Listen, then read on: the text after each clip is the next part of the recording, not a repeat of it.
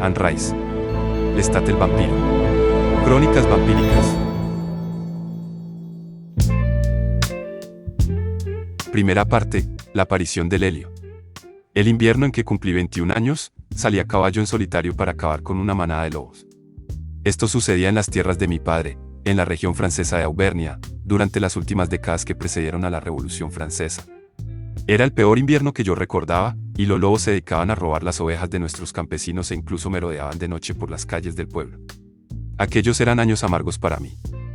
Mi padre era el marqués, y yo, su séptimo hijo y el menor de los 3 que habían sobrevivido hasta la edad adulta, no tenía derechos al título ni a las tierras y carecía de perspectivas.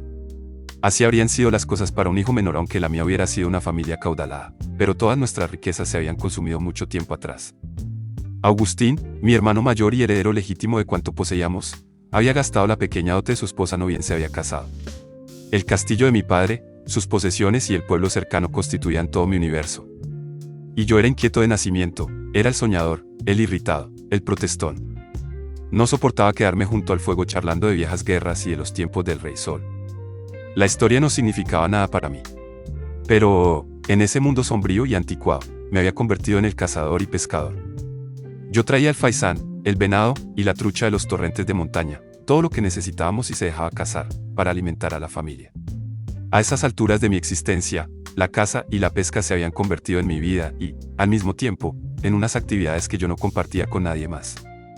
Y era una suerte que me dedicara a ellas, pues había años en que, sin las piezas que cobraba, nos habríamos muerto literalmente de inanición. Por supuesto, cazar y pescar en las tierras y ríos de los antepasados de uno eran ocupaciones de nobles, y únicamente nosotros teníamos derecho a hacerlo. Ni el más rico de los burgueses podía alzar su arma en mis bosques o probar suena en sus arroyos. Pero, en contrapartida, el burgués no necesitaba ni empuñar un arma. Él tenía el dinero. 2 veces en mi vida había intentado escapar de aquella existencia, y solo había conseguido que me devolvieran a ella con las alas rotas. Pero de eso ya hablaré más adelante. Ahora recuerdo la nieve que cubría todas aquellas montañas, y los lobos que asustaban a los campesinos y nos robaban las ovejas. Y pienso en el viejo dicho que corría por Francia aquellos días, según el cual si uno vivía en Auvernia, no podía llegar nunca más allá de París. Entender que, como yo era el amo y el único en la familia capaz todavía de montar a caballo y disparar un arma, era lógico que los aldeanos acudieran a mí para quejarse de los lobos y pedirme que los matara. Y era mi deber hacerlo. Tampoco sentía el menor temor a los lobos. En toda mi vida no había visto ni tenido noticia de que un lobo atacara a un hombre, por mí, los habría exterminado con veneno, pero la carne, sencillamente, escaseaba demasiado, y la de los lobos me servía como cebo. Así, pues, a primera hora de una mañana muy fría de enero, tomé las armas para matar a los lobos uno por uno. Disponía de 3 pistolas de chispa y de un excelente fusil del mismo tipo, y me llevé las 4 piezas junto con mis mosquetes y la espada de mi padre. Cuando ya me disponía a dejar el castillo, añadí a este pequeño arsenal un par de armas antiguas a las que no había prestado atención hasta aquel momento. Nuestro castillo estaba lleno de viejas armaduras. Mis antepasados habían combatido en incontables guerras feudales desde los tiempos de las cruzadas, con San Luis, y, colgada en las paredes sobre los chirriantes trajes de metal, había una gran cantidad de lanzas, hachas de guerra y mazas. Esa mañana tomé conmigo 2 de estas últimas, una especie de garrote con puntas metálicas y una maza de estrella de buen tamaño, consistente en una bola de hierro unida a una cadena y a un mango, que podía descargarse con inmensa fuerza contra un atacante. Recordad que estamos en el siglo XVIII, la época en que los parisinos de peluca blanca caminaban de puntillas con zapatillas de satén de tacón alto, tomaban rapé y se daban toquecitos en la nariz con pañuelos de encaje. Y, mientras, yo salía de casa con botas de cuero sin curtir y abrigo de piel de ante, con aquellas armas antiguas atadas a la silla y mis 2 mejores mastines a mi lado, con sus collares de puntas metálicas. Esa era mi vida. Idéntica a la que podría haber llevado en la Edad Media.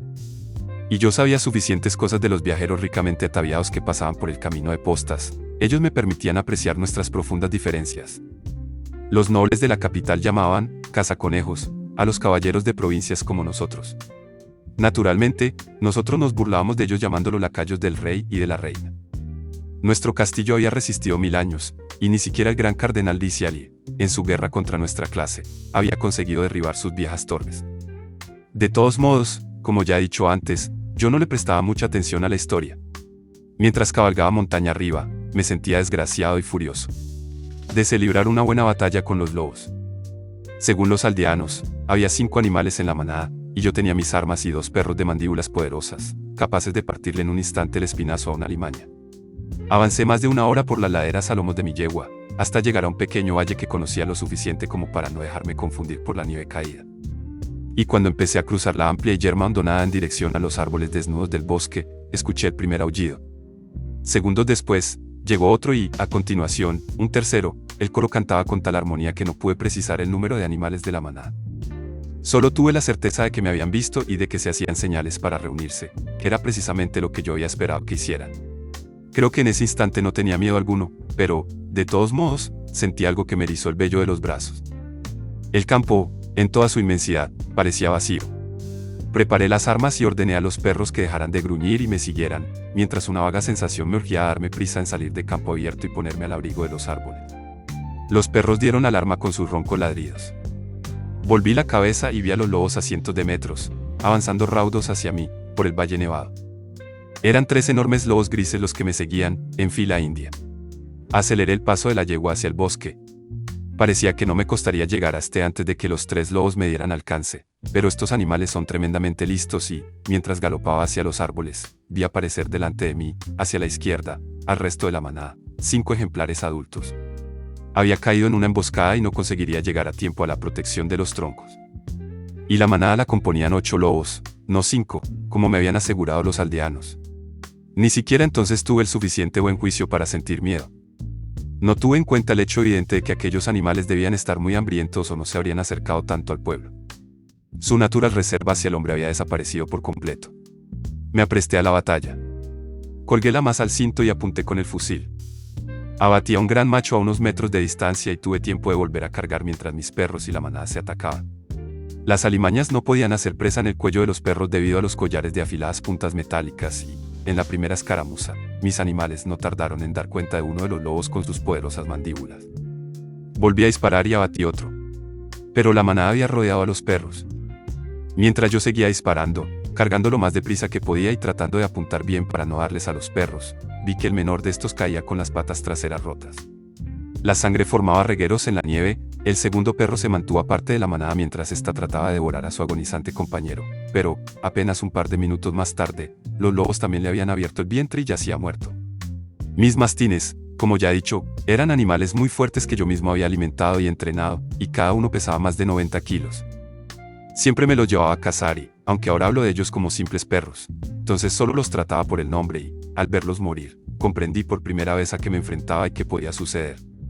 Pero todo esto había ocurrido en cuestión de minutos. 4 lobos yacían muertos y otro estaba malherido sin remedio. Pero aún quedaban 3 más, uno de los cuales había detenido su salvaje festín con las entrañas de los perros para fijar en mí sus ojos rasgados. Disparé el fusil, fallé, disparé el mosquete, y la yegua se encabritó mientras el lobo se lanzaba hacia mí. Como movidos por cuerdas, los otros lobos se volvieron, abandonando también sus presas recién muertas. Sacudí bruscamente las riendas y dejé que mi montura corriera a su aire, en línea recta hacia la protección del bosque. No volví la cabeza ni siquiera cuando escuché los gruñidos y los chasquidos de las mandíbulas casi a mi altura. Pero entonces noté la dentellada de los colmillos en el tobillo. Tomé el otro mosquete, me volví a la izquierda y disparé. Me pareció que el lobo se erguía sobre las patas traseras, pero quedó fuera de mi visión demasiado pronto para asegurarlo, al tiempo que la yegua se encabritaba otra vez. Estuve a punto de caer y noté que sus ancas cedían bajo mi cuerpo. Casi habíamos alcanzado el lindero del bosque y desmonté antes de que la yegua terminara de caer. Me quedaba una pistola cargada. Me volví, sostuve el arma con ambas manos, apunté de lleno al lobo que se lanzaba sobre mí y le volé el cráneo. Quedaban ahora 2 alimañas. La yegua emitía unos estentóreos relinchos que se convirtieron en un agudo alarido de agonía, el sonido más terrible que he oído nunca criatura alguna. Los 2 lobos habían caído sobre ella. Di unos rápidos pasos sobre la nieve, notando la solidez de la tierra rocosa bajo mis pies, y llegué a los árboles. Si lograba encaramarme a uno, podría cargar de nuevo las armas y disparar a los lobos desde arriba. Sin embargo, no vi un solo tronco con las ramas lo bastante bajas para trepar por ellas. Probé a subir por un tronco, pero mis pies resbalaron en la corteza helada y caí de nuevo al suelo mientras los lobos se acercaban. No me daba tiempo a cargar la única pistola que me quedaba. Tendría que valerme solo de la maza de estrella y la espada, pues el garrote se me había caído hacía un buen trecho. Creo que, mientras me ponía a duras penas en pie, me di cuenta de que probablemente iba a morir. Sin embargo, en ningún momento me pasó por la cabeza rendirme. Estaba enloquecido, lleno de furia. Casi gruñendo, hice frente a las alimañas y miré directamente a los ojos al más próximo de los dos lobos. Abrí las piernas para firmarme sobre el terreno. Con la maza en la mano izquierda, desenvainé la espada con la diestra. Los lobos se detuvieron. El primero, después de sostenerme la mirada, agachó la cabeza y trotó unos pasos hacia un lado. El otro esperó, como si estuviera pendiente de alguna invisible señal. El primero volvió a mirarme un momento con aquel aire extrañamente tranquilo, y luego se lanzó hacia adelante. Empecé a voltear la masa de modo que la bola con puntas formara círculos a mi alrededor. Capté mis propios jadeos, casi gruñidos, y me di cuenta de que tenía las rodillas dobladas como para saltar adelante. Dirigí el arma hacia el costado de la mandíbula del animal, impulsándola con todas mis fuerzas, pero no conseguí más que rozarle. El lobo se apresuró a alejarse y su compañero se puso a correr en círculos a mi alrededor, avanzando de vez en cuando hacia mí y retirándose inmediatamente. No sé cuánto rato se prolongó esto, pero entendí claramente su estrategia. Los lobos se proponían fatigarme y tenían la fuerza y la astucia necesarias para conseguirlo. Para ellos, la caza se había convertido en un juego. Yo daba vueltas, lanzaba golpes, me defendía hasta casi caer de rodillas en la nieve. Probablemente, el lance no duró más de media hora, pero no hay modo de medir el tiempo en una situación así. Y, cuando las piernas empezaron a fallarme, intenté una jugada desesperada. Me quedé inmóvil, con los brazos caídos y las armas a los costados. Y los lobos se acercaron para acabar conmigo de una vez, como yo esperaba que hicieran. En el último instante, volteé la masa, noté cómo la boca golpeaba el hueso, vi la cabeza del lobo levantada a mi derecha y, con el filo de la espada, le abrí la garganta de un tajo. El otro lobo ya estaba a mi lado y noté cómo sus dientes desgarraban mis pantalones. El animal podía desencajarme la pierna en cuestión de segundos, pero descargué la espada contra el costado de su hocico, reventándole el ojo. La bola de la masa cayó a continuación sobre el lobo y este soltó la presa. Con un salto hacia atrás, encontré el espacio suficiente para mover la espada otra vez y la hundí hasta la empuñadura en el tórax del animal antes de retirarla de nuevo. Todo había terminado. La manada estaba exterminada y yo seguía vivo. Y los únicos sonidos en el valle solitario cubierto de nieve eran mi propia respiración y los quejumbrosos relinchos de mi yegua moribunda, que yacía a unos metros de mí. No estoy seguro de que me hallaran mis cabales, en ese instante. No estoy seguro de que las cosas que me pasaran por la mente fueran pensamientos. Tenía ganas de dejarme caer en la nieve y, sin embargo, me encontré alejándome de los lobos en dirección a mi agonizante montura. Cuando estuve más cerca de ella, la yegua alzó el cuello, luchó por incorporarse sobre sus patas delanteras y volvió a emitir uno de aquellos agudísimos alaridos de súplica. El eco repitió el sonido en las montañas. Y pareció llevarlo hasta el cielo. Me quedé mirándola, contemplando su cuerpo roto y oscuro contra la blancura de la nieve, sus cuartos traseros inútiles y el forcejeo de sus patas delanteras, su hocico alzado hacia el cielo, las orejas echadas atrás y los ojos enormes casi en blanco al emitir sus gimientes relinchos. Parecía un insecto con la mitad posterior aplastada contra el suelo, pero no se trataba de ningún insecto. Era mi yegua, mi agonizante yegua. Vi que trataba de incorporarse otra vez. Tomé el fusil de la silla, lo cargué y, mientras ella seguía agitando la cabeza y trataba en vano, una vez más, de ponerse en pie con su lastimero alarido, le descerrajé un tiro en el corazón. Ahora, la yegua parecía en paz. Yacía inmóvil y sin vida, la sangre emanaba de ella y el valle había quedado en silencio. Yo estaba temblando. Escuché un desagradable sonido sofocado que salía de mi garganta y vi caer los vómitos en la nieve antes de darme cuenta de que eran míos. Me sentía envuelto por el olor de los lobos, y por el de la sangre. Cuando intenté caminar, estuve a punto de caer rodando. Sin embargo, sin detenerme ni siquiera un instante, volví entre los lobos muertos y llegué junto al que casi había acabado conmigo, el último en morir. Me lo eché a los hombros y, cargado así, emprendí el trayecto de vuelta al castillo. Probablemente, tardé un par de horas. Como antes, no sé cuánto tiempo transcurrió. Pero lo que había aprendido o sentido mientras combatía a aquellos lobos, fuera lo que fuese, continuó calando en mi mente incluso mientras caminaba.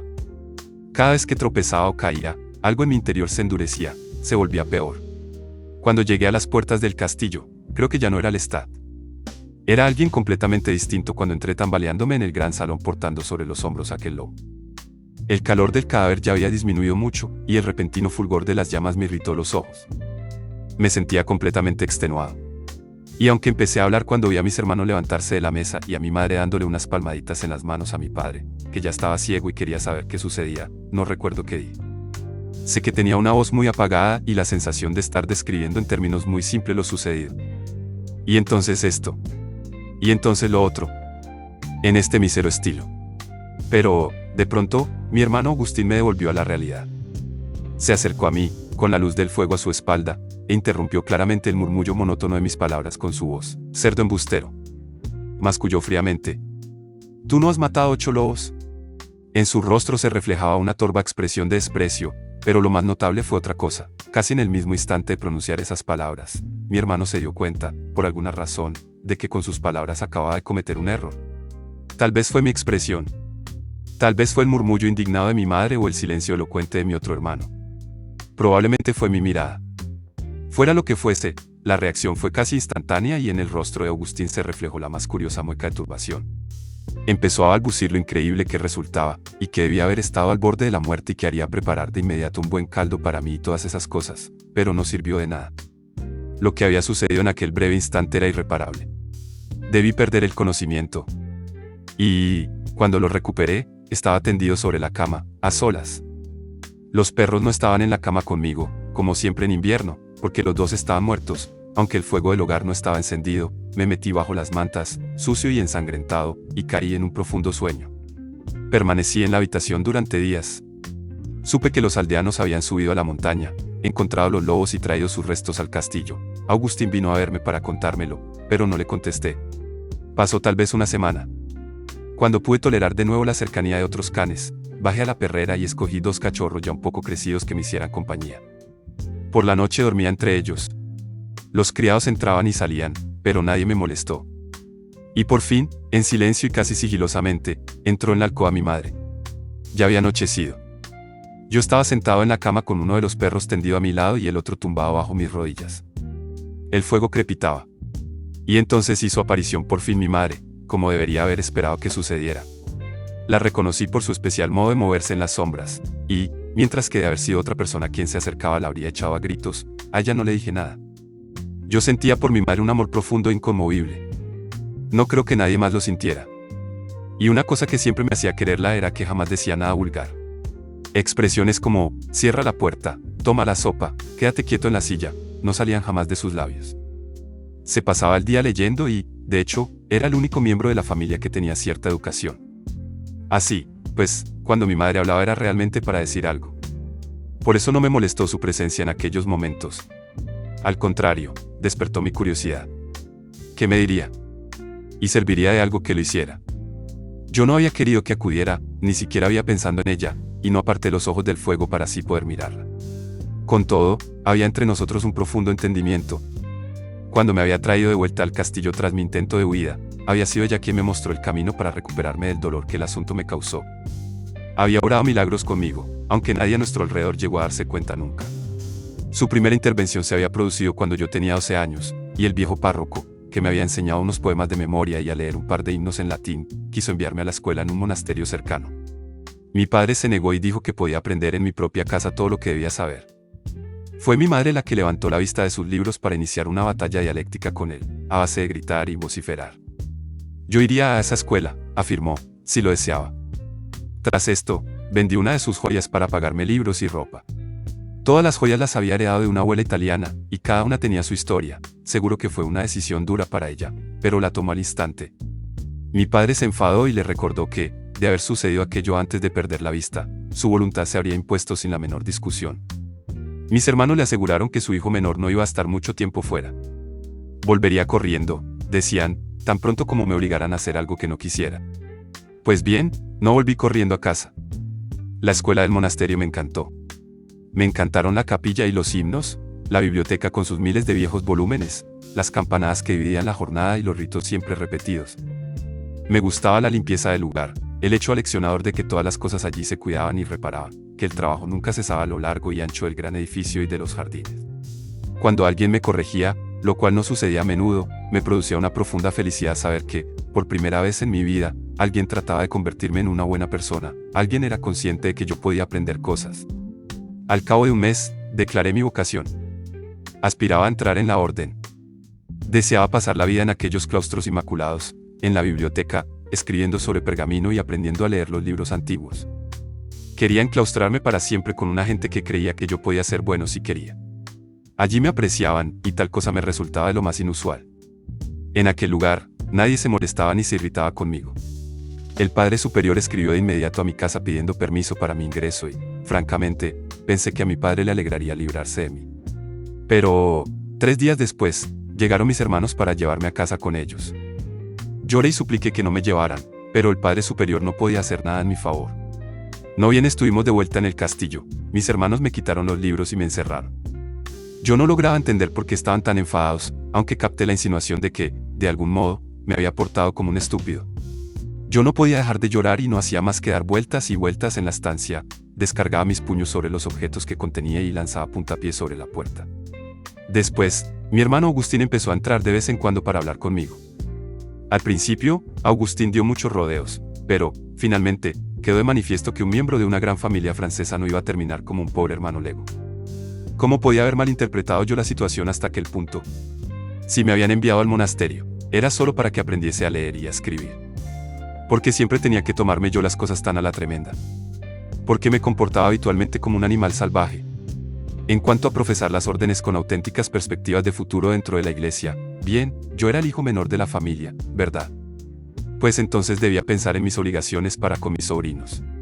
Traducido en pocas palabras, todo esto venía a decir, no tenemos dinero para proporcionarte una auténtica carrera eclesiástica, para hacerte obispo o cardenal como corresponde a nuestro rango, de modo que tendrás que desarrollar tu vida aquí, pobre y analfabeto. Ahora, baja al salón a jugar una partida de ajedrez con tu padre. Cuando entendí la situación, sentado a la mesa para cenar con el resto de la familia, me eché a llorar y murmuré unas palabras que nadie comprendió, diciendo que aquella casa nuestra era un caos. Como castigo por hacerlo, me mandaron de nuevo a mi habitación. Entonces subió a verme mi madre. Si no sabes qué es el caos, ¿por qué utilizas esa palabra?, me preguntó. Sí que lo sé, repliqué, y empecé a hablarle de la suciedad y el deterioro que reinaban en el castillo y a describirle la limpieza y el orden que había encontrado en el monasterio, un lugar donde uno podía perfeccionarse, si se lo proponía. Ella no discutió mis palabras y, pese a mi juventud, advertí que apreciaba con agrado la inusual profundidad de lo que yo estaba diciendo. A la mañana siguiente, mi madre me llevó de viaje. Cabalgamos juntos durante media jornada hasta alcanzar el impresionante castillo de un noble vecino y, una vez allí, el caballero y mi madre me condujeron a la perrera, donde ella me indicó que escogiera una pareja entre una carnada de cachorros de mastín. Jamás había visto nada tan tierno y cautivador como aquellos cachorros. Y los perros adultos nos miraban como leones soñolientos. Sencillamente, magníficos. Estaba tan emocionado que casi no pude decidirme por ninguno, y volví con el macho y la hembra que el noble caballero me recomendó escoger. Hice todo el camino de vuelta llevando a los perrillos en el regazo, dentro de una cesta. Y, al cabo de un mes, mi madre me compró también mi primer fusil de chispa y mi primer caballo de montar. No me explicó por qué hacía todo aquello, pero yo, a mi manera, comprendí que era lo que ponía en mis manos.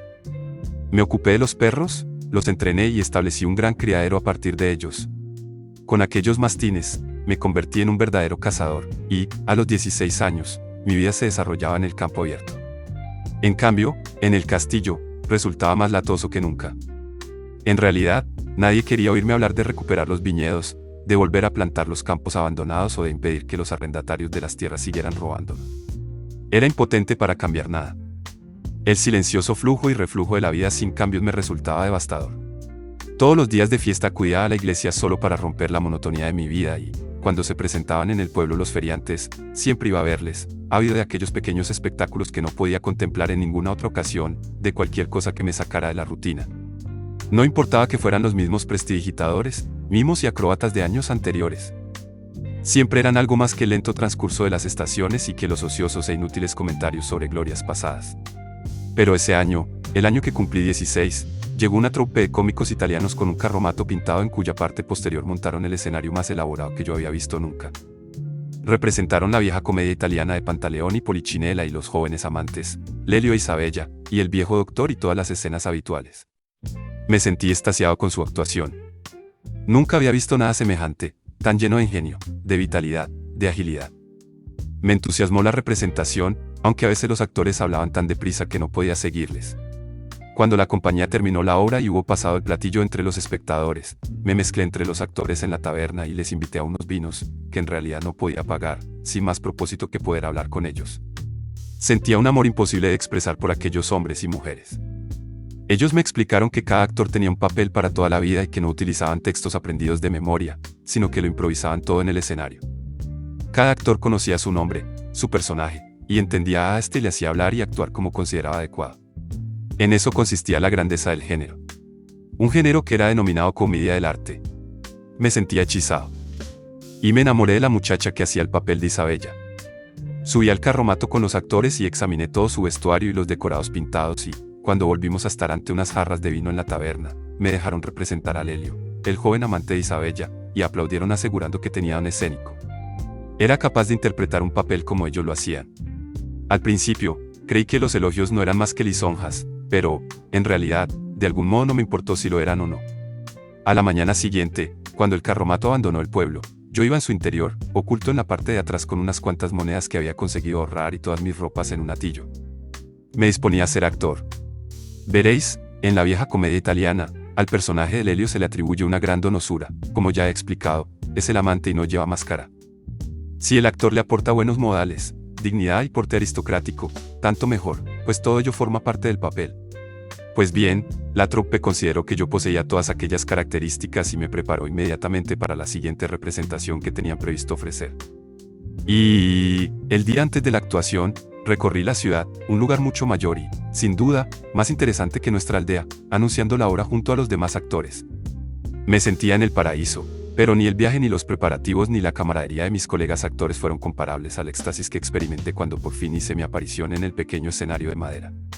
Me entregué alocadamente a enamorar a Isabella. Descubrí una facilidad para los versos y para las frases ingeniosas que jamás había sospechado. Escuché el eco de mi voz en los muros de piedra del recinto. Oí las risas que llegaban hasta mí en oleadas desde el público. Casi tuvieron que sacarme a rastras del escenario para detenerme, pero todo el mundo se dio cuenta de que había sido un gran éxito. Por la noche, la actriz que hacía el papel de mi enamorada me hizo objeto de sus especiales e íntimas muestras de elogio.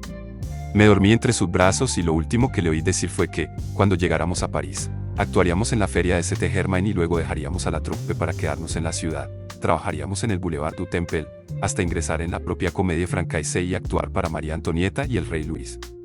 Cuando desperté a la mañana siguiente, mi Isabella había desaparecido con todos los demás actores, y en su lugar encontré a mis hermanos.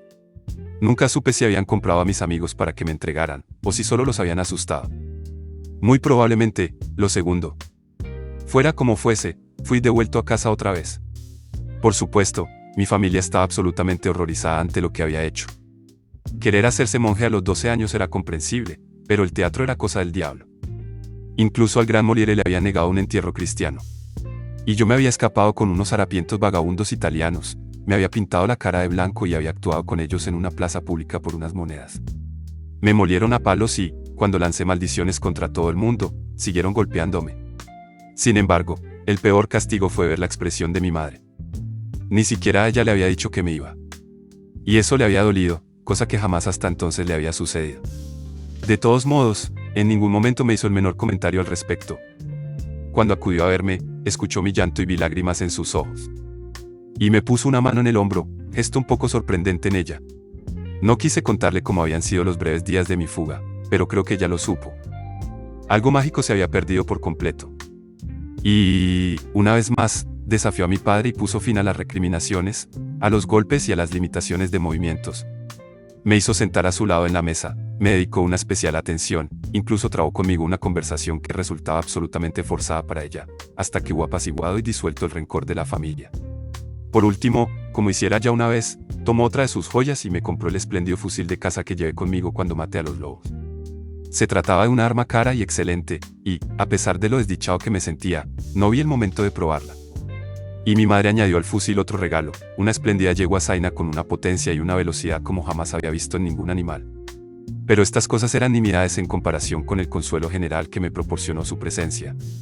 Con todo, la amargura que sentía dentro de mí no remitió. Nunca olvidé lo que había sentido cuando representaba a Lelio. Me hice un poco más cruel por lo que había sucedido y nunca jamás volví a la feria del pueblo. Me hice a la idea de que no debía escapar de allí nunca más, y, cosa extraña, cuanto más profunda se hizo mi desesperanza, más aumentó mi contribución a la buena marcha de la casa. A los 18 años, sin la ayuda de nadie, yo me encargaba de poner el temor de Dios entre los criados y los arrendatarios. Sin la ayuda de nadie, yo proveía la comida para nuestra mesa. Y, por alguna extraña razón, esto me producía satisfacción. Ignoro por qué, pero me gustaba sentarme a la mesa y pensar que todos estaban dando cuenta de lo que yo había proporcionado. Así, Pues, esos momentos me habían unido a mi madre. Esos momentos habían despertado entre nosotros un afecto mutuo que pasaba inadvertido y que, probablemente, no tenía igual en las vidas de quienes nos rodeaban. Y ahora había acudido a mí en aquel extraño momento en que, por razones que ni yo mismo entendía, la presencia de cualquier otra persona me resultaba insoportable. Con los ojos fijos en el fuego, apenas la vi subir al colchón de paja y dejarse caer sentada a mi lado. Silencio. Solo se oía el chisporroteo del fuego y la respiración profunda de los perros que dormían junto a mí. Entonces la miré y me sentí vagamente alarmado. Había pasado todo el invierno con una tos persistente y ahora parecía realmente enferma. Por primera vez, su belleza, que siempre había sido muy importante para mí, parecía vulnerable. Su rostro era anguloso y sus pómulos resultaban perfectos, altos y muy separados, pero delicados. Tenía la mandíbula fuerte, pero exquisitamente femenina, y unos ojos diáfanos de color azul cobalto, orlados por unas tupidas pestañas cenicientas. Si algún defecto tenía era, tal vez, que sus rasgos eran demasiado pequeños, demasiado gatunos, y le daban el aspecto de una chiquilla. Los ojos se le hacían aún más pequeños cuando estaba enfadada, y, aunque dulces, sus labios solían mostrar un aire de dureza. No expresaban tristeza ni se descomponían, sino que formaban una especie de pequeña rosa roja en su rostro. Las mejillas, en cambio, eran muy finas, y la forma del rostro muy estrecha. Cuando se ponía muy seria, sus labios parecían mezquinos aunque no cambiaran en absoluto de expresión. En aquella ocasión se la veía ligeramente abatida, pero a mí seguía pareciéndome hermosa. Seguía siendo hermosa.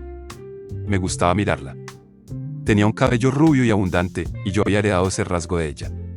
De hecho, me parezco a mi madre, al menos en un primer vistazo, aunque mis facciones son más grandes y vastas, y mi boca es más móvil y puede volverse muy mezquina. Y en mi expresión puede apreciarse mi sentido del humor, la capacidad para la picardía y para la risa casi histérica que siempre he conservado, por desgraciado que me sintiera. Ella no solía reírse y podía lanzar una mirada profundamente helada. Aún así, siempre conservaba una dulzura casi infantil. Pues bien, la miré allí sentada en mi cama, incluso le sostuve la mirada, supongo, y ella empezó a hablarme de inmediato. Ya sé qué te sucede, me dijo. Los odias a todos. Los odias por lo que has tenido que sufrir y ellos ignoran. Ninguno de ellos tiene la imaginación suficiente para entender lo que te sucedió ahí arriba, en la montaña. Experimenté un frío placer al escuchar estas palabras y respondí con un mudo asentimiento que ella entendió perfectamente. Lo mismo me sucedió a mí la primera vez que tuve un hijo, siguió entonces. Padecí terribles sufrimientos durante 12 horas y me sentí atrapada en el dolor, sabiendo que la única liberación era el parto o mi muerte. Cuando todo hubo pasado, sostuve en los brazos a tu hermano Agustín, pero no quise a nadie más cerca de mí. Y no era porque los culpara a ellos.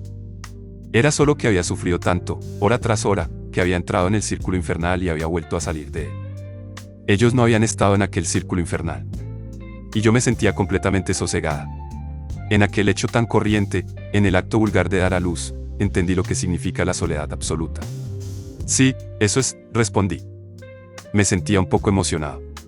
Ella no añadió nada. Me habría sorprendido que lo hiciera. Una vez dicho lo que había venido a decir, no íbamos a mantener, en realidad, ninguna conversación.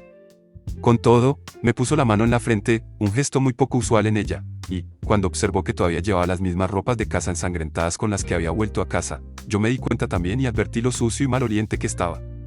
Mi madre guardó silencio unos minutos. Mientras estaba allí sentado, con la vista fija en el fuego detrás de su silueta, deseé decirle muchas cosas, sobre todo, cuánto la quería. Sin embargo, fui cauto. Ella tenía un modo muy seco de cortarme cuando le hablaba y, mezclado con mi amor, había un profundo resentimiento hacia ella. Toda mi vida la había visto leer sus libros italianos y escribir cartas a gente de Nápoles, donde había crecido, pero jamás había tenido paciencia ni para enseñarnos a mí o a mis hermanos el abecedario. Y nada de esto había cambiado tras mi regreso del monasterio. Yo había cumplido los 20 y seguía sin poder leer o escribir más que mi nombre y un puñado de oraciones. Me repugnaba ver los libros de mi madre y odiaba verla absorta en ellos. Y, de una manera vaga, me disgustaba el hecho de que solo un sufrimiento extremo por mi parte consiguiera arrancar de ella alguna muestra de calor o de interés. Con todo, ella había sido mi salvadora. Y no había nadie más que ella. Y tal vez yo estaba todo lo cansado de mi soledad que puede estarlo un joven. En aquel momento la tenía allí, fuera de los confines de su biblioteca, y me prestaba atención. Por fin, me convencí de que no se levantaría para marcharse y me encontré hablando con ella. Madre, dije en voz baja, ¿hay algo más? Antes de que sucediera eso, había veces que sentía cosas horribles. No hubo ningún cambio en su expresión. A veces he soñado que los mataba a todos, continué. En el sueño, mato a mis hermanos y a mi padre. Voy de habitación en habitación acabando con ellos como he hecho con los lobos. Siento dentro de mí el deseo de matar. Yo también, hijo mío, intervino ella. Yo también. Su rostro se iluminó con una enigmática sonrisa al mirarme. Me incliné hacia adelante y la contemplé más detenidamente. Bajé el tono de voz. Me veo gritando cuando sucede, añadí. Veo mi rostro desfigurado en muecas y escucho unos gritos atronadores que surgen de mí.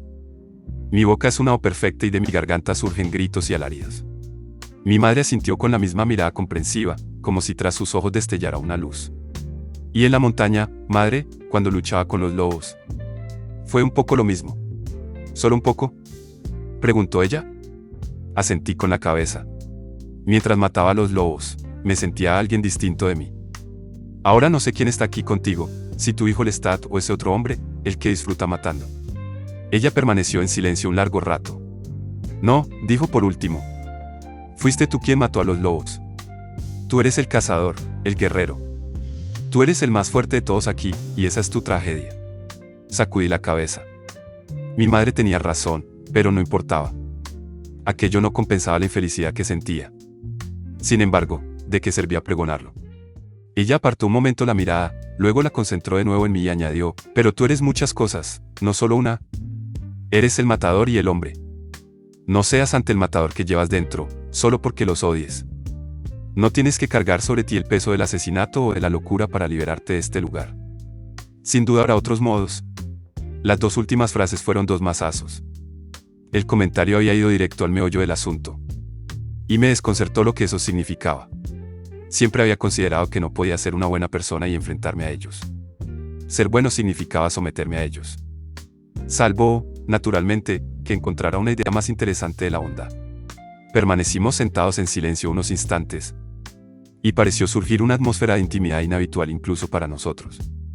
Ella tenía la vista fija en el fuego y se rascaba su espesa cabellera, que llevaba recogida en un moño en la parte posterior de la cabeza. ¿Sabes qué imagino?, me preguntó, mirándome otra vez. No tanto en su muerte como en un abandono que prescinda completamente de ellos. Me imagino bebiendo vino hasta estar tan ebria que me quito la ropa y me baño desnuda en los arroyos de la montaña. Casi me eché a reír, pero era una sublime diversión. La contemplé, dudando por un instante de si la había entendido bien. Pero aquellas eran las palabras que había pronunciado y no había terminado. Y luego imagino que voy al pueblo, dijo, y entro en la posada y me llevo a la cama a todos los hombres que acuden allí, hombres vastos, hombres grandes, ancianos y muchachos. Me imagino allí tendida, tomándoles uno tras otro y dejándome llevar por una sensación de triunfo, por un total abandono sin la menor preocupación por lo que pueda sucederles a tu padre o a tus hermanos, si están vivos o muertos. En ese momento, me siento puramente yo misma. Yo no pertenezco a nadie. Me sentí demasiado escandalizado y asombrado para responder, pero, de nuevo, aquello me resultó terriblemente divertido. Pensé en mi padre y en mis hermanos y en los pomposos tenderos del pueblo. Imaginé cómo reaccionarían ante tal conducta, y me pareció una situación casi hilarante. Si no me reía a carcajadas fue, probablemente, por una especie de respeto hacia la imagen de mi madre desnuda.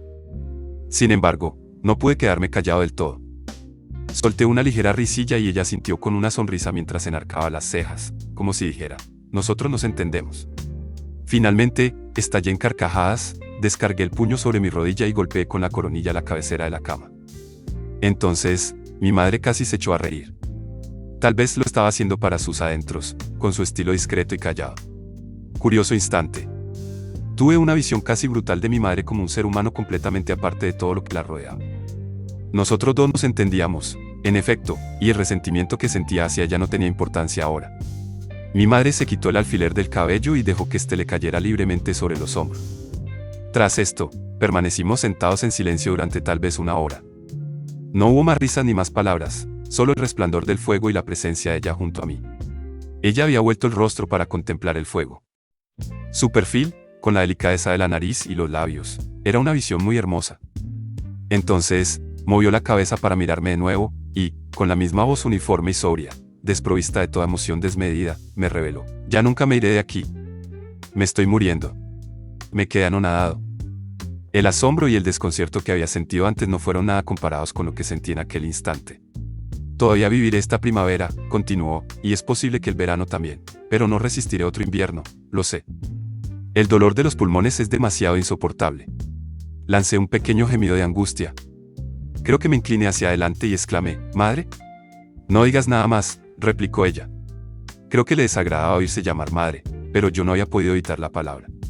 Solo deseaba decírselo a otra alma, continuó. Oírlo en voz alta. Estoy absolutamente horrorizada con esa idea. Me da miedo.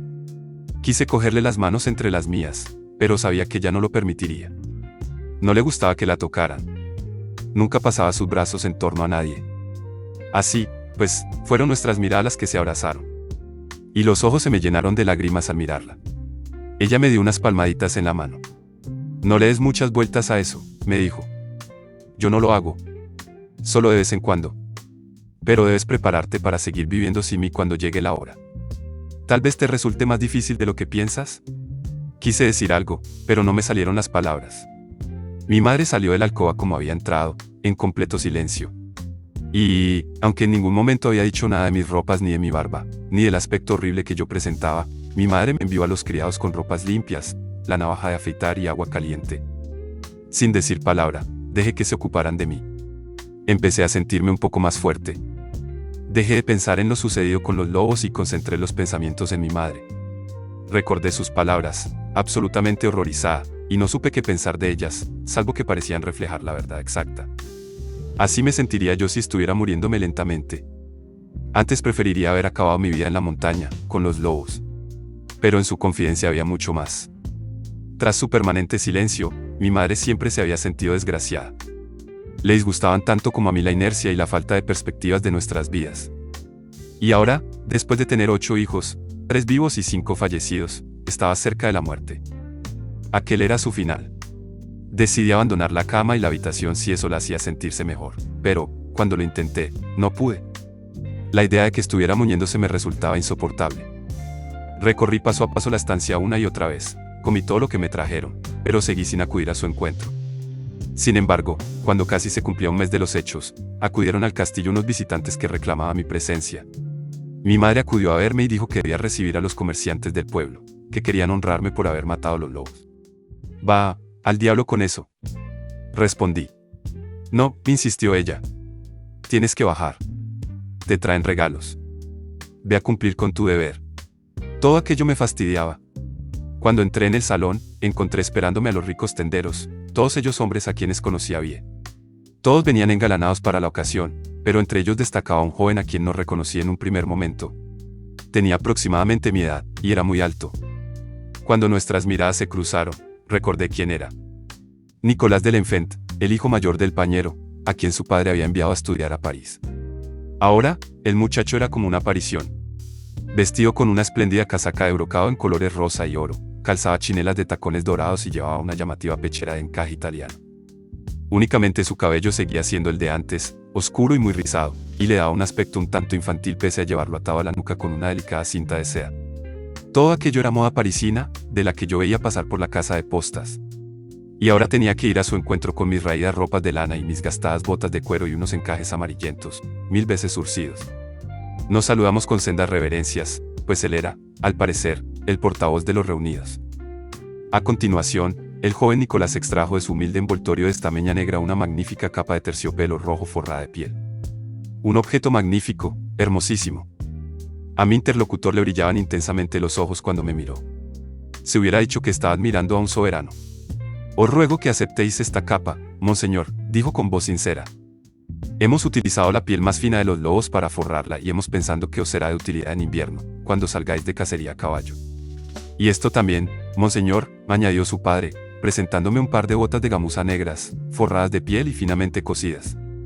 «Para la cacería, monseñor». Me sentí un poco abrumado. Aquellos hombres, que tenían la clase de riqueza con la que yo podía solo soñar, expresaban en sus gestos la mayor deferencia hacia mí y me rendían respeto como aristócrata. Acepté la capa y las botas y les di las gracias con la misma efusividad con que siempre agradecía las cosas a cualquiera. Y, a mi espalda, escuché a mi hermano Agustín comentar: «Ahora sí que se pondrá realmente imposible». Noté que me ruborizaba. Era ultrajante que hubiera hecho tal comentario en presencia de aquellos hombres, pero cuando miré a Nicolás de l'Enfant vi en su rostro la expresión más afectuosa. «Yo también soy imposible, monseñor», me susurró mientras le daba el beso de despedida. «¿Me permitiréis algún día venir a hablar con vos para que me contéis cómo acabasteis con todos? Solo el imposible puede hacer lo imposible».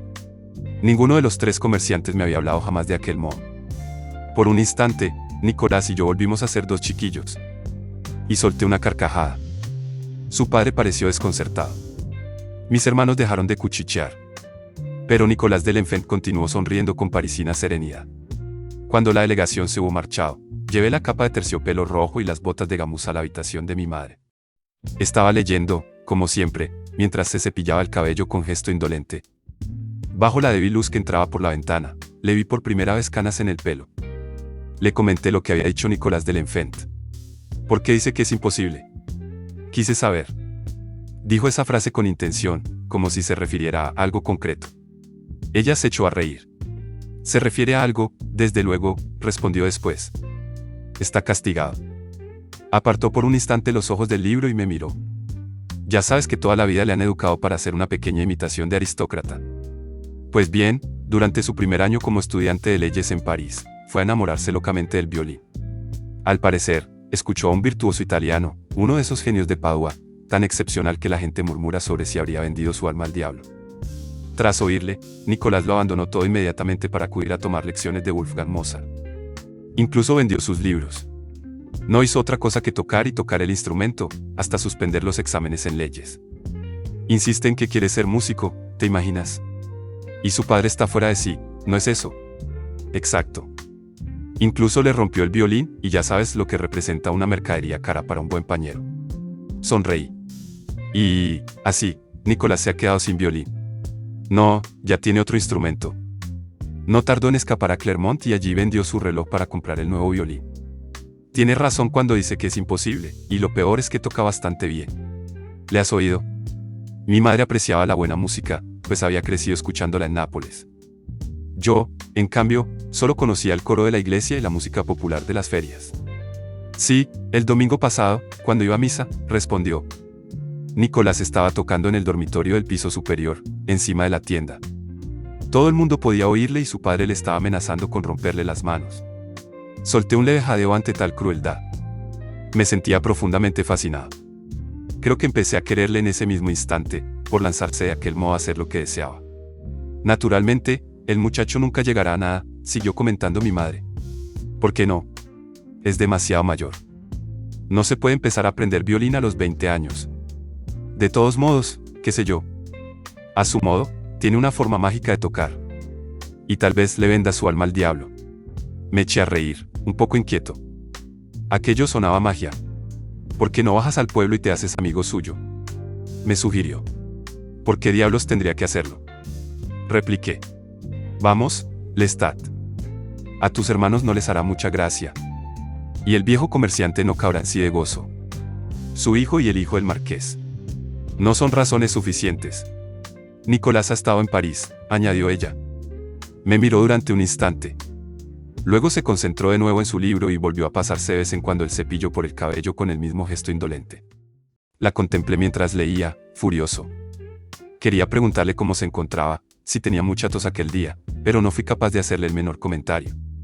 Baja al pueblo y habla con él, Lestat, insistió ella, sin volver a mirarme. Tardé una semana en decidirme a ir en busca de Nicolás de l'Enfant. Me puse la capa de terciopelo rojo forrada de piel y las botas de gamuza forradas, y descendí por la serpenteante calle principal del pueblo, en dirección a la posada. La tienda del padre de Nicolás estaba frente por frente con la posada, pero no vi a Nicolás ni escuché su violín. Yo no tenía dinero más que para un vaso de vino, y no supe muy bien qué decir cuando el posadero se me acercó y, con una reverencia, dejó delante de mí una botella de su mejor vino. Naturalmente, aquella gente me había tratado siempre como el hijo del amo, pero aprecié que las cosas habían cambiado mucho tras la cacería de los lobos y, cosa extraña, ello me hizo sentir aún más solo de lo habitual. Pero apenas me había servido el primer vaso cuando apareció Nicolás, un gran torbellino de color en la puerta abierta del local. Por fortuna, no iba vestido con la elegancia de la otra vez, pero, aún así, todo cuanto llevaba, seda, terciopelo y cuero nuevo, resumaba riqueza. En cambio, venía sonrojado como si hubiera estado corriendo, llevaba el cabello revuelto y enredado y tenía un brillo de excitación en los ojos. Me hizo una reverencia, esperó a que le invitara a sentarse y luego me preguntó, ¿cómo hicisteis, monseñor, para matar esos lobos? Cruzó los brazos sobre la mesa y me miró fijamente. ¿Por qué no me contáis vos cómo es París, monseñor? Repliqué, y advertí de inmediato que mis palabras habían sonado burlonas y bruscas. Lo siento, me añadí al instante. Me gustaría saberlo, de veras. ¿Habéis estudiado en la universidad? ¿De veras osábamos dar clases? ¿Qué hace la gente en París? ¿De qué conversan? ¿Qué piensan? Nicolás se rió por lo bajo ante la andanada de preguntas. No pude evitar reírme también. Pedí otro vaso y le acerqué la botella. Decime, ¿estuvisteis en los teatros de París? ¿Visteis la Comédie Française? Muchas veces, respondió él, sin mucho entusiasmo. Pero escuchad, la diligencia va a llegar en cualquier momento y se armará aquí mucho alboroto. Permitidme el honor de invitaros a cenar en una estancia privada al piso de arriba. Me encantaría que aceptarais. Y, sin darme tiempo a formular una protesta de cortesía, dio las órdenes pertinentes y fuimos conducidos a una pequeña habitación, tosca pero acogedora. Yo no había entrado casi nunca en una estancia pequeña de madera, y esta me encantó desde el primer momento. La mesa estaba ya puesta para la comida que traerían más tarde, el fuego caldeaba de verdad el lugar, al contrario que las llamas directas y rugientes de las chimeneas del castillo, y el grueso cristal de la ventana estaba lo bastante limpio para poder divisar el azul invernal sobre las montañas cubiertas de nieve. Ahora os contaré todo lo que queráis saber sobre París, aceptó mi interlocutor, mientras esperaba gentilmente a que yo me sentara primero. Sí, estuve en la universidad, dijo, una vez que nos hubimos acomodado, y lanzó una risilla despectiva como si no mereciera la pena extenderse en ello. Y estudié con Mozart, quien, de no haber andado escaso de alumnos, me habría dicho que yo era un caso perdido para la música. En fin, ¿por dónde queréis que empiece? ¿Por el hedor de la ciudad, o por su ruido infernal? ¿Por las multitudes hambrientas que le atosigan a uno en todas partes? ¿Por los ladrones dispuestos a rebanaros el gaznate detrás de cualquier esquina? Deseché todo aquello con un ademán. La sonrisa de Nicolás era muy distinta a su tono de voz, sus gestos eran abiertos y atrayentes. Uno de esos grandes teatros parisinos, dije. Describídmelo, ¿cómo es? Creo que estuvimos en la pequeña habitación 4 horas completas, sin hacer otra cosa que beber y conversar. Nicolás trazó planos de los teatros sobre la mesa, utilizaba para ello un dedo mojado. Me habló de las obras que había visto, de los actores famosos, de las casitas de los bulevares. Pronto me estaba describiendo todas las cosas de París, olvidado ya su cinismo. Mi curiosidad le daba alas para hablar de la Ile de la Cité, y del barrio latino, de la Sorbona, del Louvre. Nos adentramos en asuntos más abstractos, en cómo se presentaban los sucesos en los periódicos, en las tertulias de los estudiantes en los cafés. Me contó que el pueblo estaba inquieto y que era desafecto a la monarquía, que aspiraba a un cambio en el gobierno y que no tardaría mucho en revelarse. Me habló de los filósofos, Diderot, Voltaire, Rousseau. No entendí todo lo que me contaba, pero, con su hablar rápido, sarcástico a veces, me proporcionó una imagen maravillosamente completa de lo que estaba sucediendo en París. Por supuesto, no me sorprendió saber que la gente instruida no creía en Dios, sino que estaba infinitamente más interesada en la ciencia, que la aristocracia era objeto de grandes antipatías, y que lo mismo sucedía con la iglesia. Esta era una época guiada por la razón, no por la superstición, y cuantas más cosas decía Nicolás, mejor lo entendía yo. Pronto se puso a describirme la enciclopedia, la gran recopilación de conocimiento supervisada por Diderot. Luego me habló de los salones a los que había asistido, las juergas, las veladas con las actrices. Me describió los bailes públicos en la Palais Royal, donde solía aparecer María Antonieta entre la gente del pueblo. He de confesar, dijo finalmente, que todo esto suena mucho mejor en esta habitación de lo que es en realidad. No os creo, repliqué yo con suavidad. No quería que dejase de hablar. Quería que siguiera contando cosas eternamente. Estamos en tiempo de incredulidad, monseñor, comentó Nicolás mientras llenaba los vasos de ambos con una nueva botella de vino. Muy peligrosos. ¿Peligrosos? ¿Por qué? Repliqué. Por poner fin a la superstición. ¿Qué otra cosa podría haber mejor? Habláis como un auténtico hombre del siglo XVIII, monseñor, respondió él con una sonrisa de ligera melancolía. Pero ya nadie da valor a nada. No hay más que moda. Incluso el ateísmo es una moda. Yo siempre había tenido una mentalidad escéptica en religión, aunque por ninguna razón filosófica. En mi familia, nadie creía mucho en Dios, ni entonces ni en el pasado. Por supuesto, ellos decían que sí a la costumbre, y todos asistíamos a misa. Sin embargo, todo eso eran obligaciones sociales. Hacía mucho tiempo que la religión había muerto en nuestra familia, igual quizá que en miles de familias de aristócratas. Por mi parte, ni siquiera en el monasterio había creído en Dios. Había creído en los monjes que me rodeaban. Traté de explicárselo a Nicolás en palabras sencillas sin que se ofendiera, porque para su familia las cosas eran de otra manera. Incluso su miserable y ambicioso padre, a quien yo admiraba en secreto, era fervientemente religioso. Sin embargo, ¿pueden los hombres vivir sin esas creencias? Preguntó él casi con tristeza. ¿Pueden los hijos afrontar el mundo sin ellas?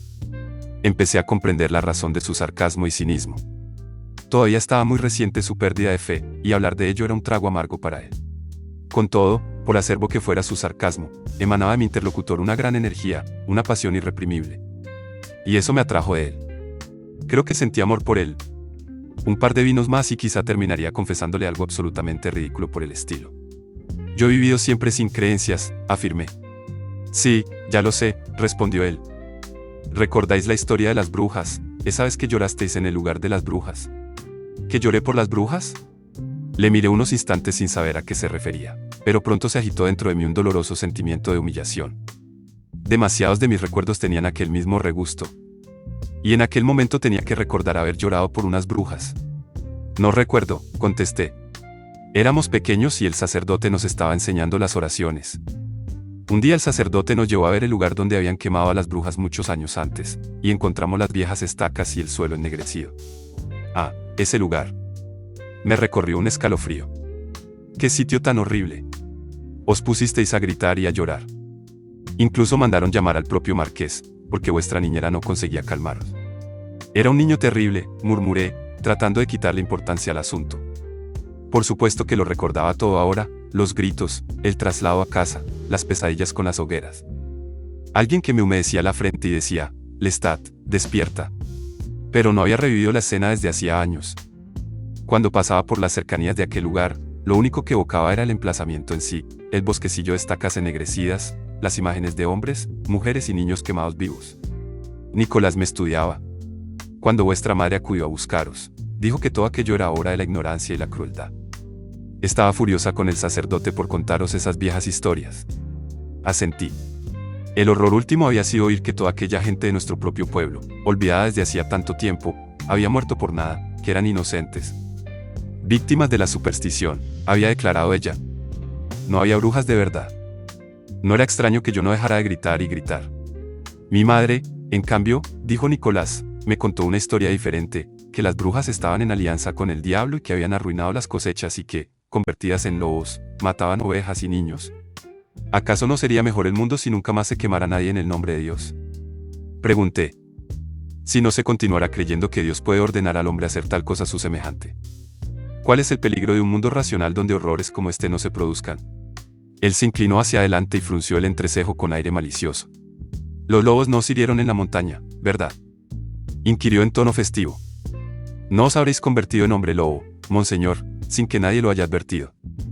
Acarició el forro de la capa de terciopelo que aún cubría mis hombros y continuó. Recordad lo que dijo el buen cura, que en esa época habían quemado a un buen número de hombres lobo.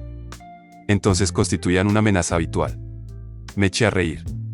Si me volviera lobo, respondí, una cosa os puedo asegurar. No me quedaría por aquí a matar niños. Me alejaría de este pueblo repugnante y miserable donde todavía asustan a los niños con cuentos de quemas de brujas. Huiría camino de París y no me detendría hasta ver sus murallas. Y entonces descubriríais que París es otro agujero repugnante y miserable, replicó él, donde a los ladrones les rompen los huesos en la rueda a la vista del populacho en la Place de Greve. No, insistí. Vería una ciudad espléndida donde nacen grandes ideas en las mentes de ese populacho, ideas que habrán de iluminar hasta el rincón más oscuro de este mundo. Ah, sois un soñador, exclamó Nicolás, pero estaba encantado. Cuando sonreía, su belleza destacaba todavía más. Y conoceré gente como vos, proseguí, gente que tiene ideas en la cabeza y verbo fácil para expresarlas, y nos sentaremos en los cafés y beberemos juntos y nos enfrentaremos apasionadamente con palabras y seguiremos conversando el resto de nuestras vidas en un divino frenesí. Él alargó el brazo, me lo pasó en torno al cuello y me besó. Casi volcamos la mesa de lo felices y borrachos que estábamos. Mi señor, el matador de lobos, me susurró. Con la tercera botella de vino, empecé a contar mi vida como nunca lo había hecho, expliqué lo que sentía cada día al adentrarme a caballo por las montañas, al alejarme hasta perder de vista las torres del castillo de mi padre, a cabalgar por los campos arados hasta el lugar donde el bosque parecía casi encantado. Las palabras comenzaron a fluir de mis labios como antes lo habían hecho de los suyos, y pronto nos encontramos hablando de mil cosas que habíamos sentido en nuestros corazones, confidencias de secretas soledades, y las palabras parecían fundamentales, como lo habían sido en aquellas raras ocasiones con mi madre. Y mientras describíamos nuestras mutuas añoranzas e insatisfacciones, nos expresábamos con gran vivacidad, con cosas como, sí, sí, y, exactamente, y, entiendo perfectamente a qué os referís, y, sí, claro, uno siente que no puede soportarlo, etc. Otra botella y un nuevo fuego. Le pedí a Nicolás que tocara el violín para mí y corrió a buscarlo inmediatamente a su casa. Caía ya la tarde. El sol entraba al sesgo por la ventana y el fuego del hogar estaba muy vivo. Y, estábamos muy borrachos. No habíamos llegado a pedir la cena y yo me sentía más feliz que nunca en mi vida. Me acosté en el apelmazado colchón de paja del camastro con las manos detrás de la cabeza, observándole mientras sacaba el instrumento. Se llevó el violín al hombro y empezó a puntear las cuerdas mientras las afinaba ajustando las clavijas. Después levantó el arco y lo dejó caer con fuerza sobre las cuerdas para hacer sonar la primera nota. Me incorporé hasta quedar sentado y apoyado con la espalda contra la pared de madera. Le miré fijamente, pues no podía creer en el sonido que empecé a escuchar. Entró en la melodía desgarrándola, arrancando las notas del violín. Y cada una de ellas era translúcida y vibrante. Nicolás tenía los ojos cerrados, la boca un poco distorsionada, el labio inferior ligeramente ladeado, y lo que me encogió el corazón casi tanto como la propia tonada fue ver cómo todo su cuerpo se fundía en la música, cómo su alma se apretaba al instrumento como si fuera un sensible oído más. Jamás había escuchado música como aquella, tales vigor e intensidad, los rápidos y brillantes torrentes de notas que surgían de las cuerdas. Estaba interpretando una pieza de Mozart y tenía toda la alegría, la ligereza y el intenso encanto de cuanto Mozart escribió. Cuando terminó, yo estaba mirándole, y me di cuenta de que yo tenía mi cabeza apretada entre ambas manos. ¿Qué os sucede, monseñor?, exclamó él, casi con impotencia. Me puse en pie y le estreché entre mis brazos y le besé en ambas mejillas y besé el violín. Deja de llamarme monseñor, le dije. Llámame por mi nombre. Me tendí de nuevo en la cama y hundí el rostro en el brazo y rompí a llorar y, una vez hube empezado, no pude parar. Él se sentó a mi lado, me abrazó y me preguntó por qué lloraba, y, aunque no pude explicárselo, advertí que estaba abrumado por el efecto que me había producido su música. En ese instante, no había en Nicolás el menor sarcasmo, la más mínima amargura. Creo que, esa noche, él me llevó al castillo de mi familia. Y, a la mañana siguiente, yo estaba en la zigzagueante calle empedrada, delante de la tienda de su padre, arrojando piedrecitas a su ventana.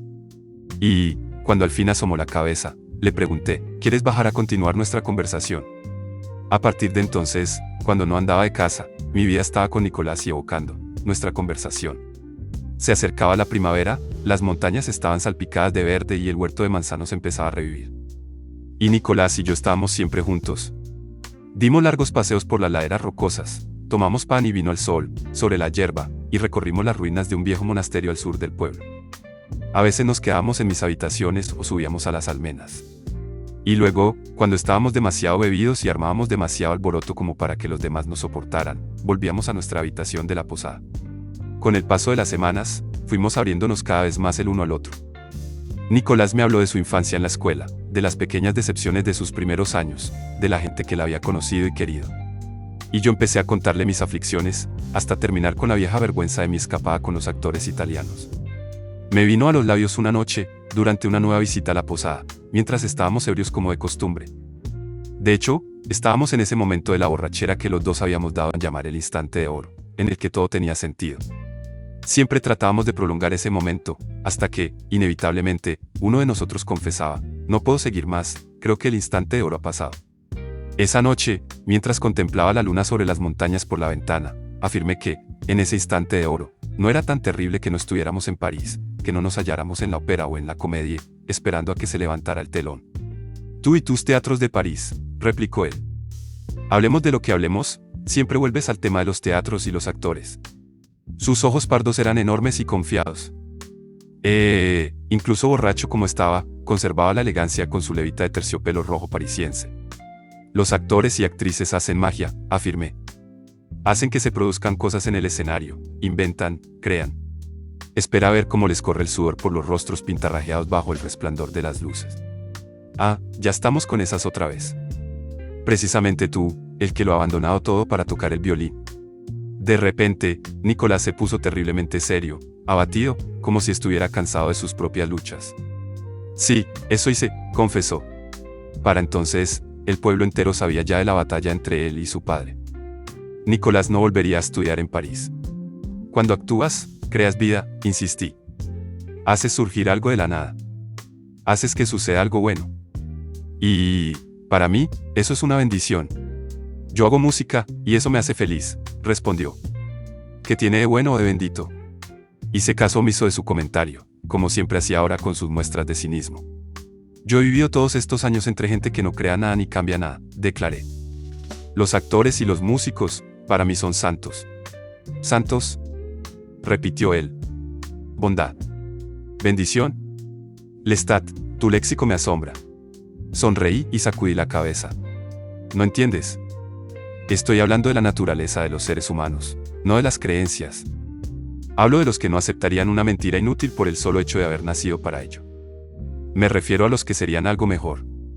Se esfuerzan, se sacrifican, hacen cosas. Le vi conmovido por mis palabras y me sorprendió un poco haberlas pronunciado. Sin embargo, sentí que, de alguna manera, le había herido. Hay beatitud en ello. Hay santidad. Y, con Dios o sin Él, hay bondad. Lo sé como sé que ahí fuera están las montañas, como sé que las estrellas brillan. Me dirigió una mirada triste. Aún parecía dolido. Pero, en aquel momento, yo no pensaba en él. Pensaba en la conversación que había tenido con mi madre y en mi creencia de que no podía ser bueno si desafiaba a mi familia. Pero si realmente creía en lo que estaba diciendo. Como si leyera los pensamientos, Nicolás me preguntó, ¿pero de verdad estás convencido de esas cosas? Quizá sí, quizá no, respondí. No podía soportar verle tan triste. Y creo que, más por ello que por cualquier otra causa, le conté toda la historia de cómo había escapado yo con los actores. Le conté lo que no había explicado nunca a nadie, ni siquiera a mi madre, sobre aquellos pocos días y la felicidad que me habían proporcionado.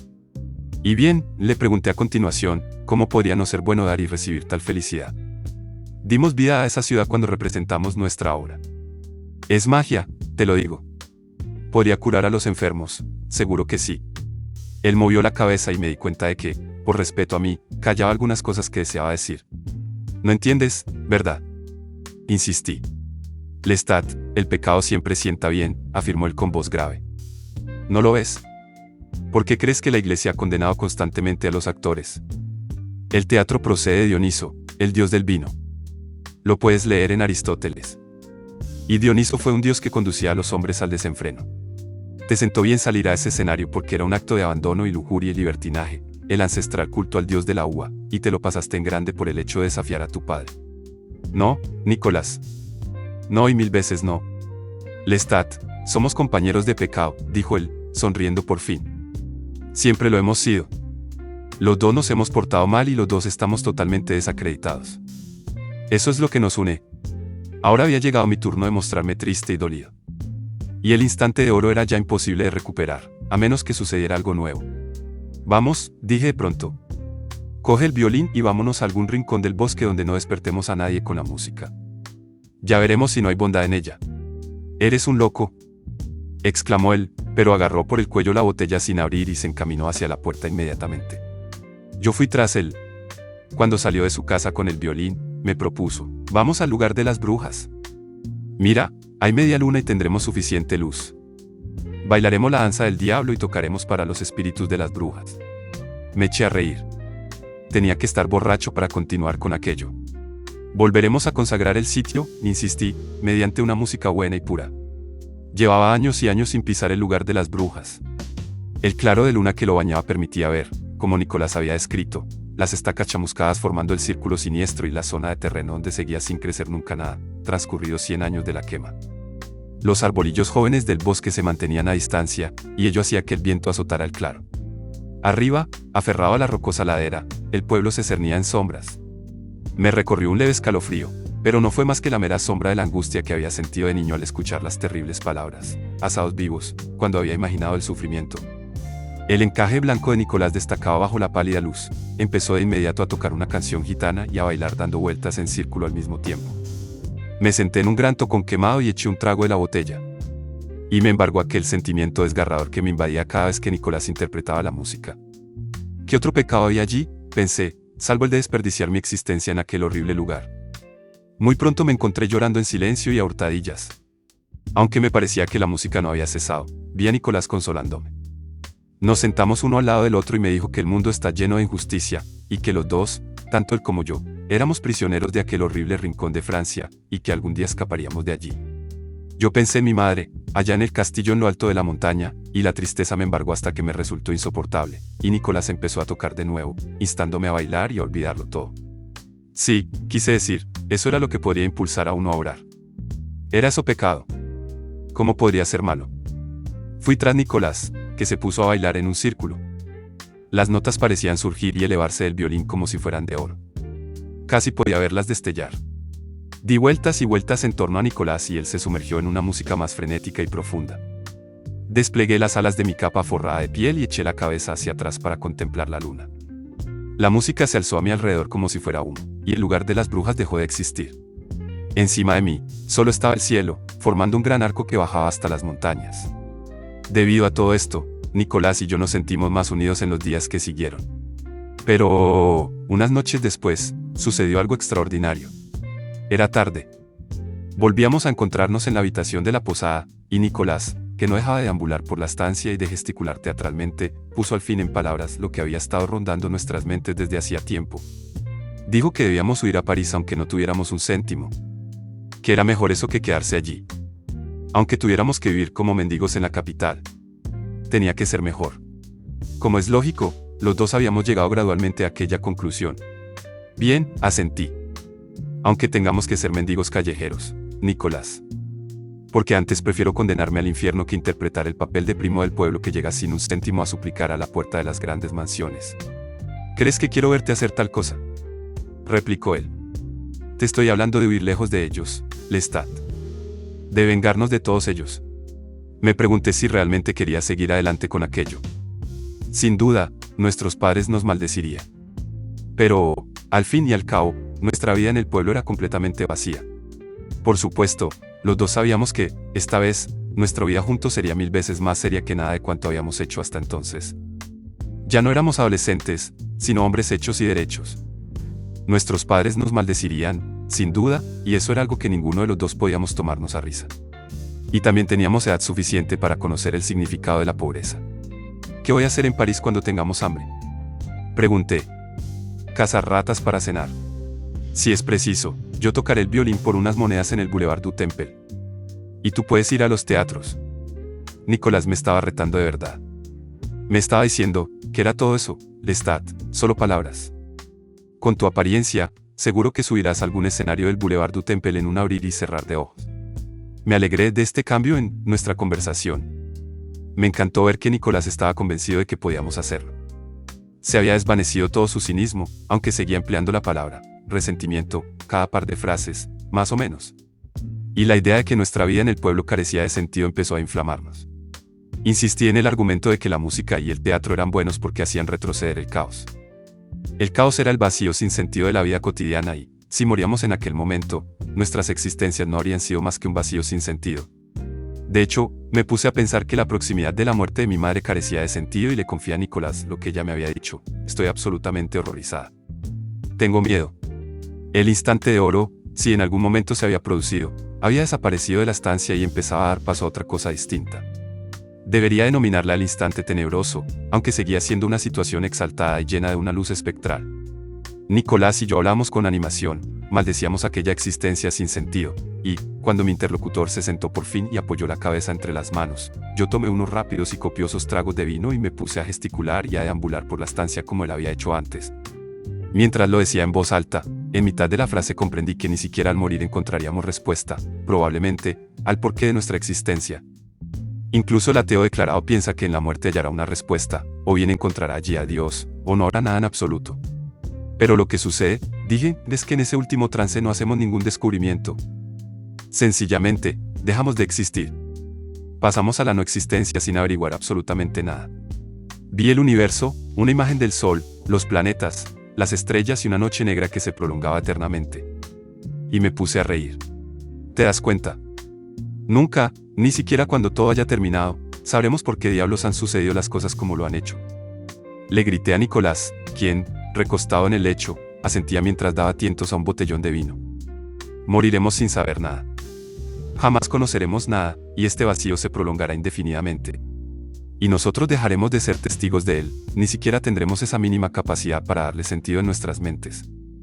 Estaremos muertos, muertos, muertos, sin alcanzar jamás a saber. Mientras decía estas palabras, dejé de reírme. De pie en la estancia, inmóvil, comprendí en toda su magnitud lo que mis labios estaban diciendo. No había día del juicio, no había una explicación final, no había ningún momento luminoso en el cual todos los terribles errores cometidos fueran corregidos y todos los horrores fueran compensados. Las brujas quemadas en la hoguera no serían vengadas jamás. Nadie iba a decirnos nunca nada. En aquel instante, no solo lo comprendí así.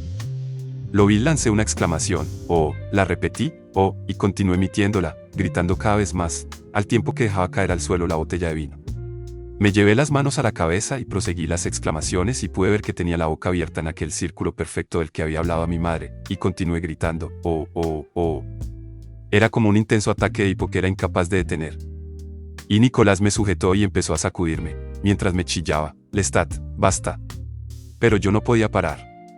Corrí a la ventana, corrí el pestillo y abrí el pesado cristal para contemplar las estrellas. Su visión me resultó insoportable. No podía tolerar su inmenso vacío, su silencio, la ausencia absoluta de cualquier respuesta, y empecé a soltar alaridos mientras Nicolás me apartaba del alféizar y cerraba el cristal. «Te pondrás bien», repitió una y otra vez. Alguien llamaba a la puerta. Era el posadero, exigiendo que acabáramos con aquel alboroto. «Por la mañana te encontrarás mejor», insistió Nicolás. «Ahora tienes que dormir».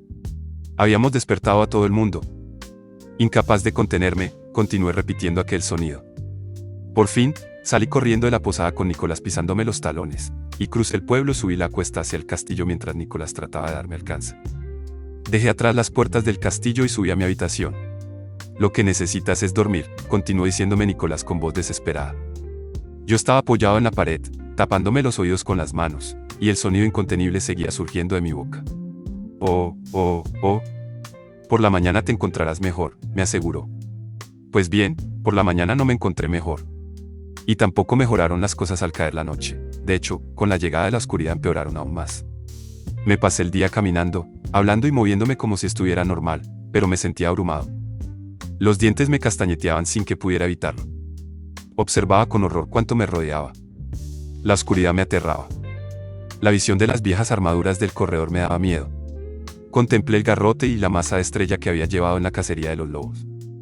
Contemplé el rostro de mis hermanos. Lo contemplé todo, y, tras cada composición de colores, luces y sombras, vi siempre lo mismo, la muerte. Solo que no era la muerte como la había concebido hasta entonces, sino la muerte como la veía ahora. Una muerte real, total, inevitable, irreversible y que no daba respuesta a nada.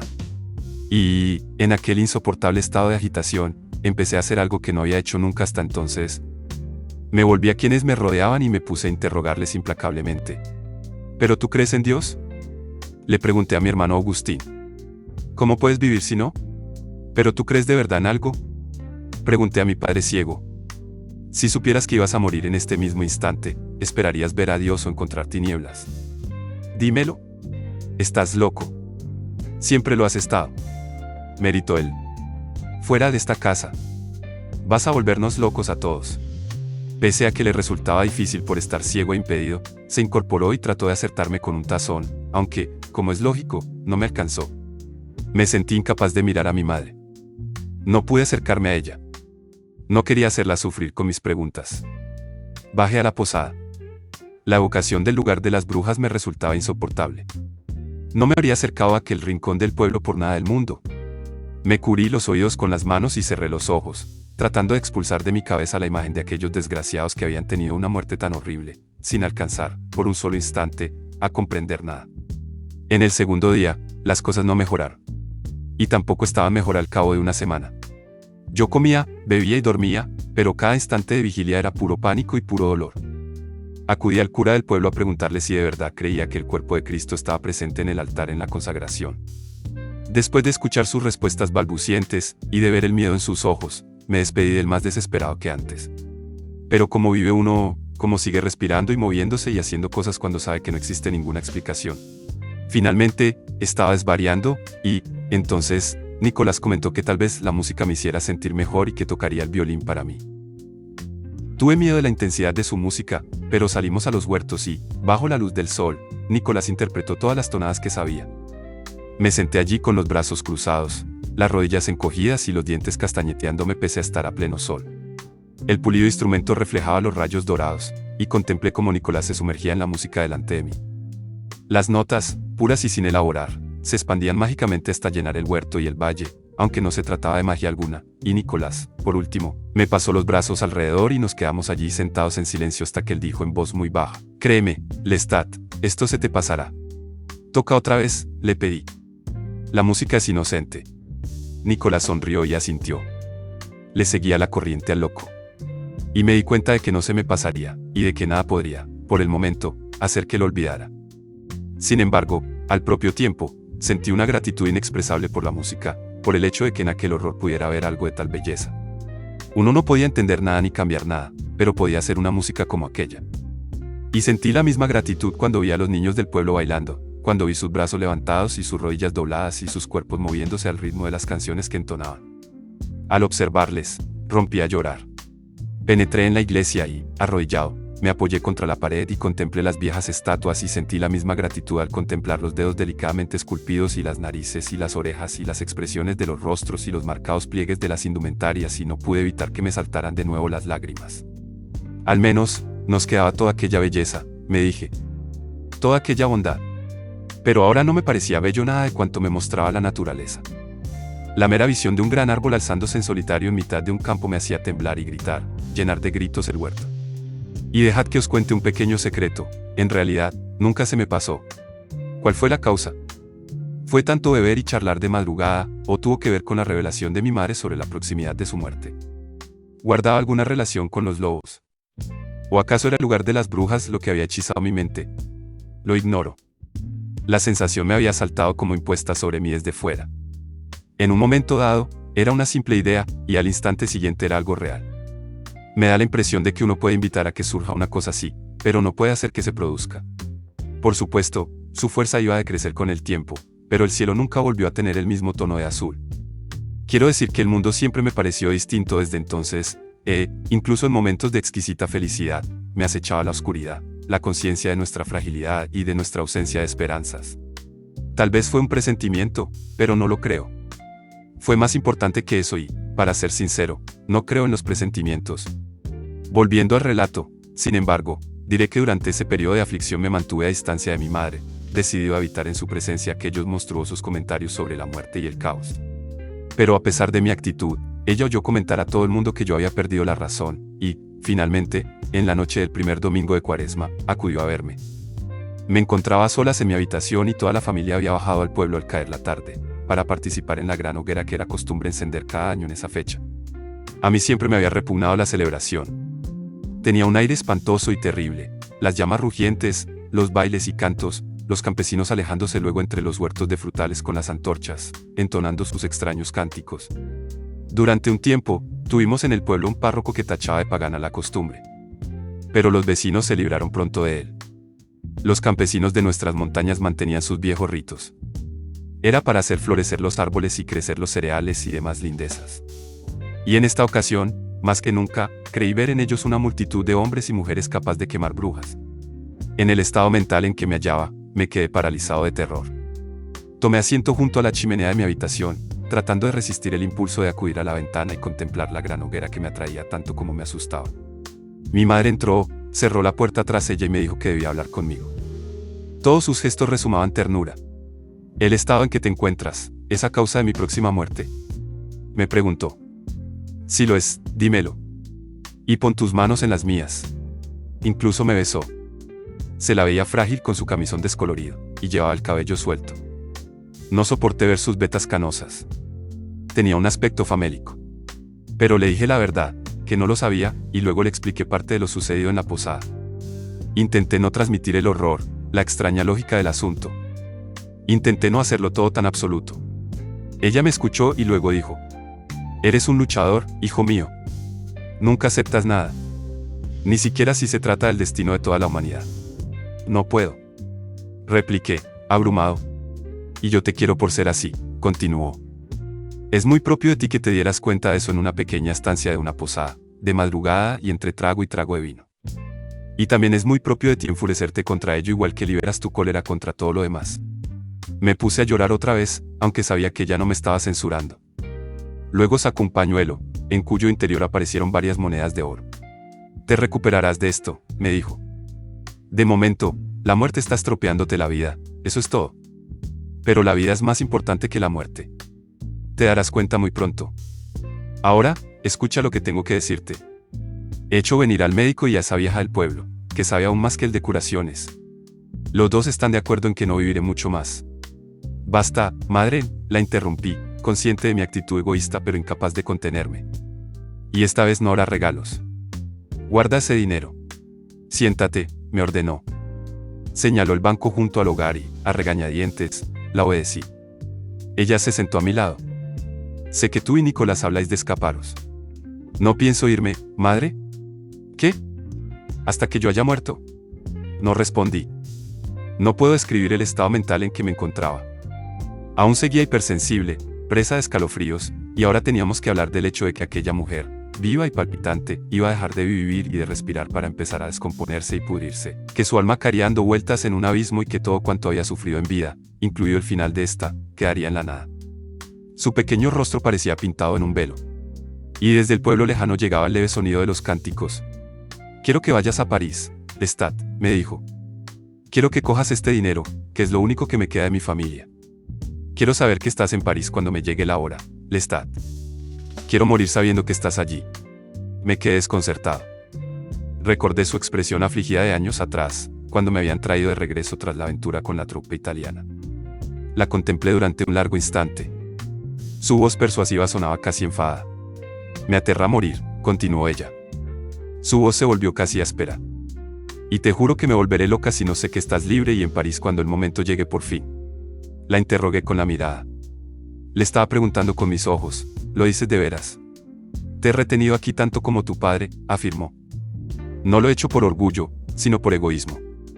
Y ahora voy a compensarte por ello. Te veré marchar. No me importa lo que hagas cuando llegues a París, si te dedicas a cantar mientras Nicolás toca el violín o a dar saltos mortales en el escenario de la feria de Saint-Germain, pero márchate y haz lo que sea como mejor sepas. Intenté estrecharla en mis brazos. Al principio se resistió, pero luego noté cómo cedía y se fundía conmigo y se entregaba a mí tan completamente que, en aquel momento, creí entender por qué siempre se había mostrado tan distante. Rompió a llorar, cosa que yo nunca le había visto hacer. Y yo gocé de aquel instante pese a todo el dolor que contenía. Me dio vergüenza sentir aquello, pero no la solté. La mantuve abrazada con fuerza y tal vez la besé por todas las veces que no me había permitido hacerlo. Por un instante, parecíamos dos partes de una misma cosa. Después, ella fue sosegándose. Pareció recobrar el dominio de sí misma y, poco a poco pero con firmeza, se deshació de mí y me apartó. Se pasó mucho rato hablando. Dijo cosas que no entendí entonces, respecto a que sentía un maravilloso placer al verme salir de cacería a lomos de mi yegua y a que sentía el mismo placer cuando ponía furioso a todo el mundo y tronaba contra mi padre y mis hermanos preguntándoles por qué teníamos que vivir como lo hacíamos. Me habló también, con palabras casi escalofriantes, de que yo era una parte secreta de su anatomía, de que era para ella el órgano del que carecen las mujeres. Tú eres el hombre que hay en mí, declaró. Por eso te he mantenido aquí, temerosa de vivir sin ti. Tal vez ahora, al enviarte lejos, solo estoy cumpliendo con lo que ya debería haber hecho antes. Me desconcertó un poco. Jamás había pensado que una mujer pudiera sentir ni expresar en palabras algo semejante. El padre de Nicolás conoce vuestros planes. El posadero os oyó comentarlos y se lo contó. Es importante que os vayáis enseguida. Toma la diligencia al amanecer y escríbeme cuando llegues a París. En el cementerio de Les Innocents, cerca del mercado de Saint-Germain, encontrarás amanuenses. Busca uno que escriba en italiano, así, nadie más que yo podrá leer la carta. Cuando mi madre salió de la habitación, apenas pude creer lo que acaba de suceder. Permanecí un instante con la mirada perdida al frente. Luego contemplé la cama y su colchón de paja, los dos abrigos y la capa roja, el par de botas de cuero junto al fuego. Por la estrecha hendidura de la ventana vi la mole negra de las montañas que conocía desde la cuna. La oscuridad, las sombras, se apartaron de mí durante un momento precioso. Y me encontré corriendo escaleras y montaña abajo hasta el pueblo en busca de Nicolás, para decirle que nos marchábamos a París. Que íbamos a hacerlo. Nada podría detenernos esta vez. Le encontré con su familia, en torno a la hoguera.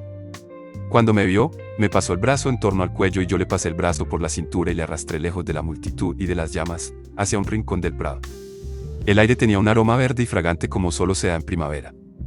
Incluso los cantos de los campesinos parecían menos horribles. Empecé a bailar en círculos. ¿Ve por el violín?, le dije. Toca una canción que hable de ir a París. En marcha. Nos vamos por la mañana. ¿Y de qué vamos a comer en París? Entonó Nicolás mientras, con las manos vacías, tocaba un violín invisible. ¿Piensas cazar ratas para la cena? No preguntes qué haremos cuando estemos allí. Respondí. Lo único que importa es llegar.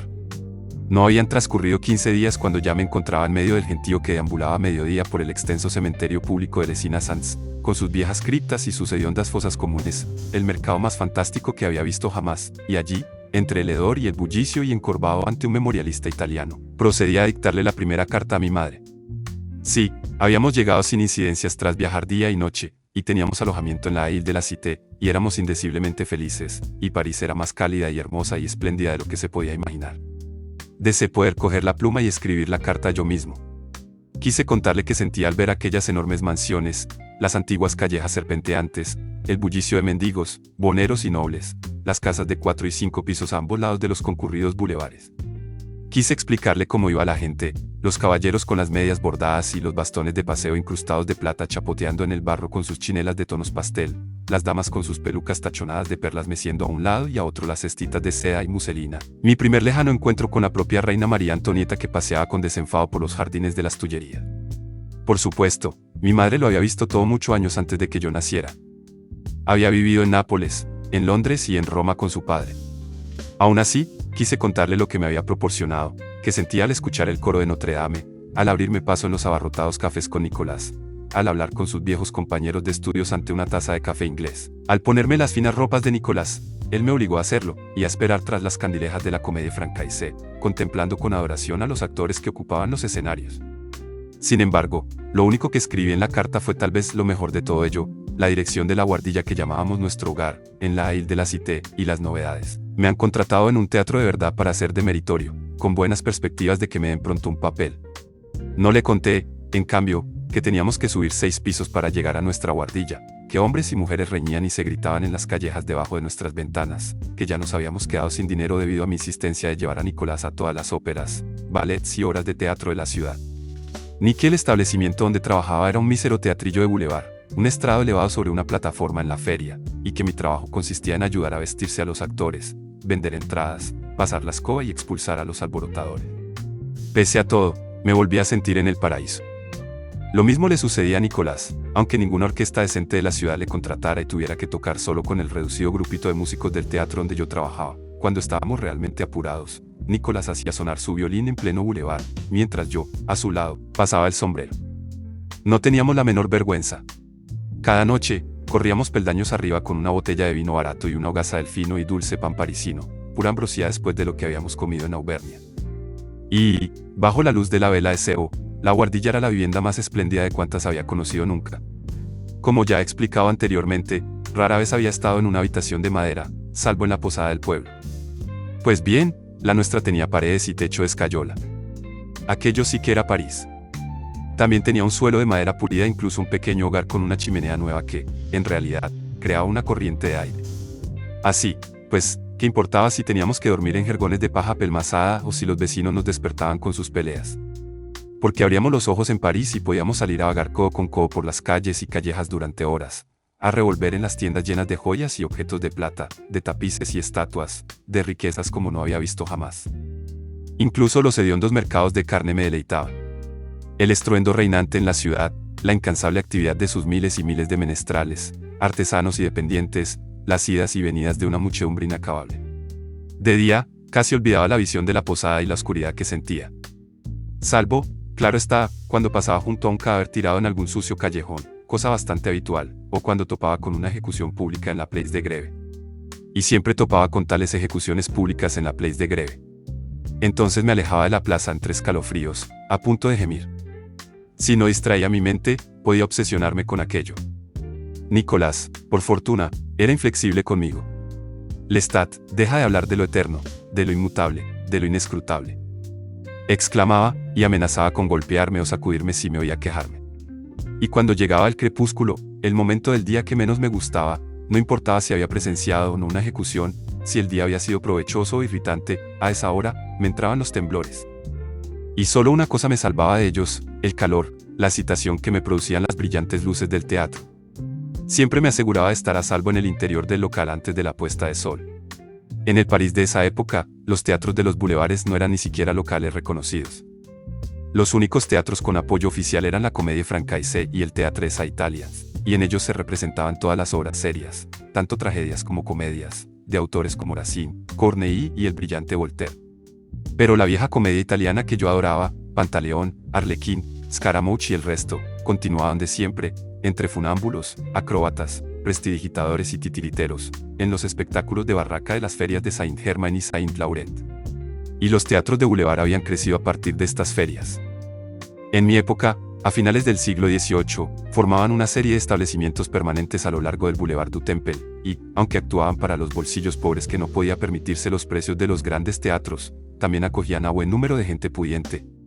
Numerosos aristócratas y ricos burgueses ocupaban los palcos para contemplar las actuaciones, pues éstas resumaban talento y vitalidad y no eran tan rígidas como las obras del gran Racine o el gran Voltaire.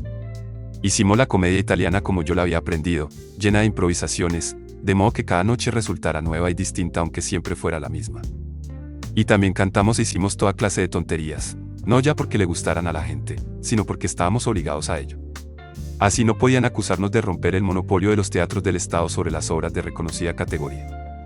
El local era una desvencijada ratonera de madera con un aforo de apenas 300 espectadores, pero su pequeño escenario y los decorados eran elegantes, tenía un espléndido telón de terciopelo azul, y sus palcos privados tenían tabiques de separación.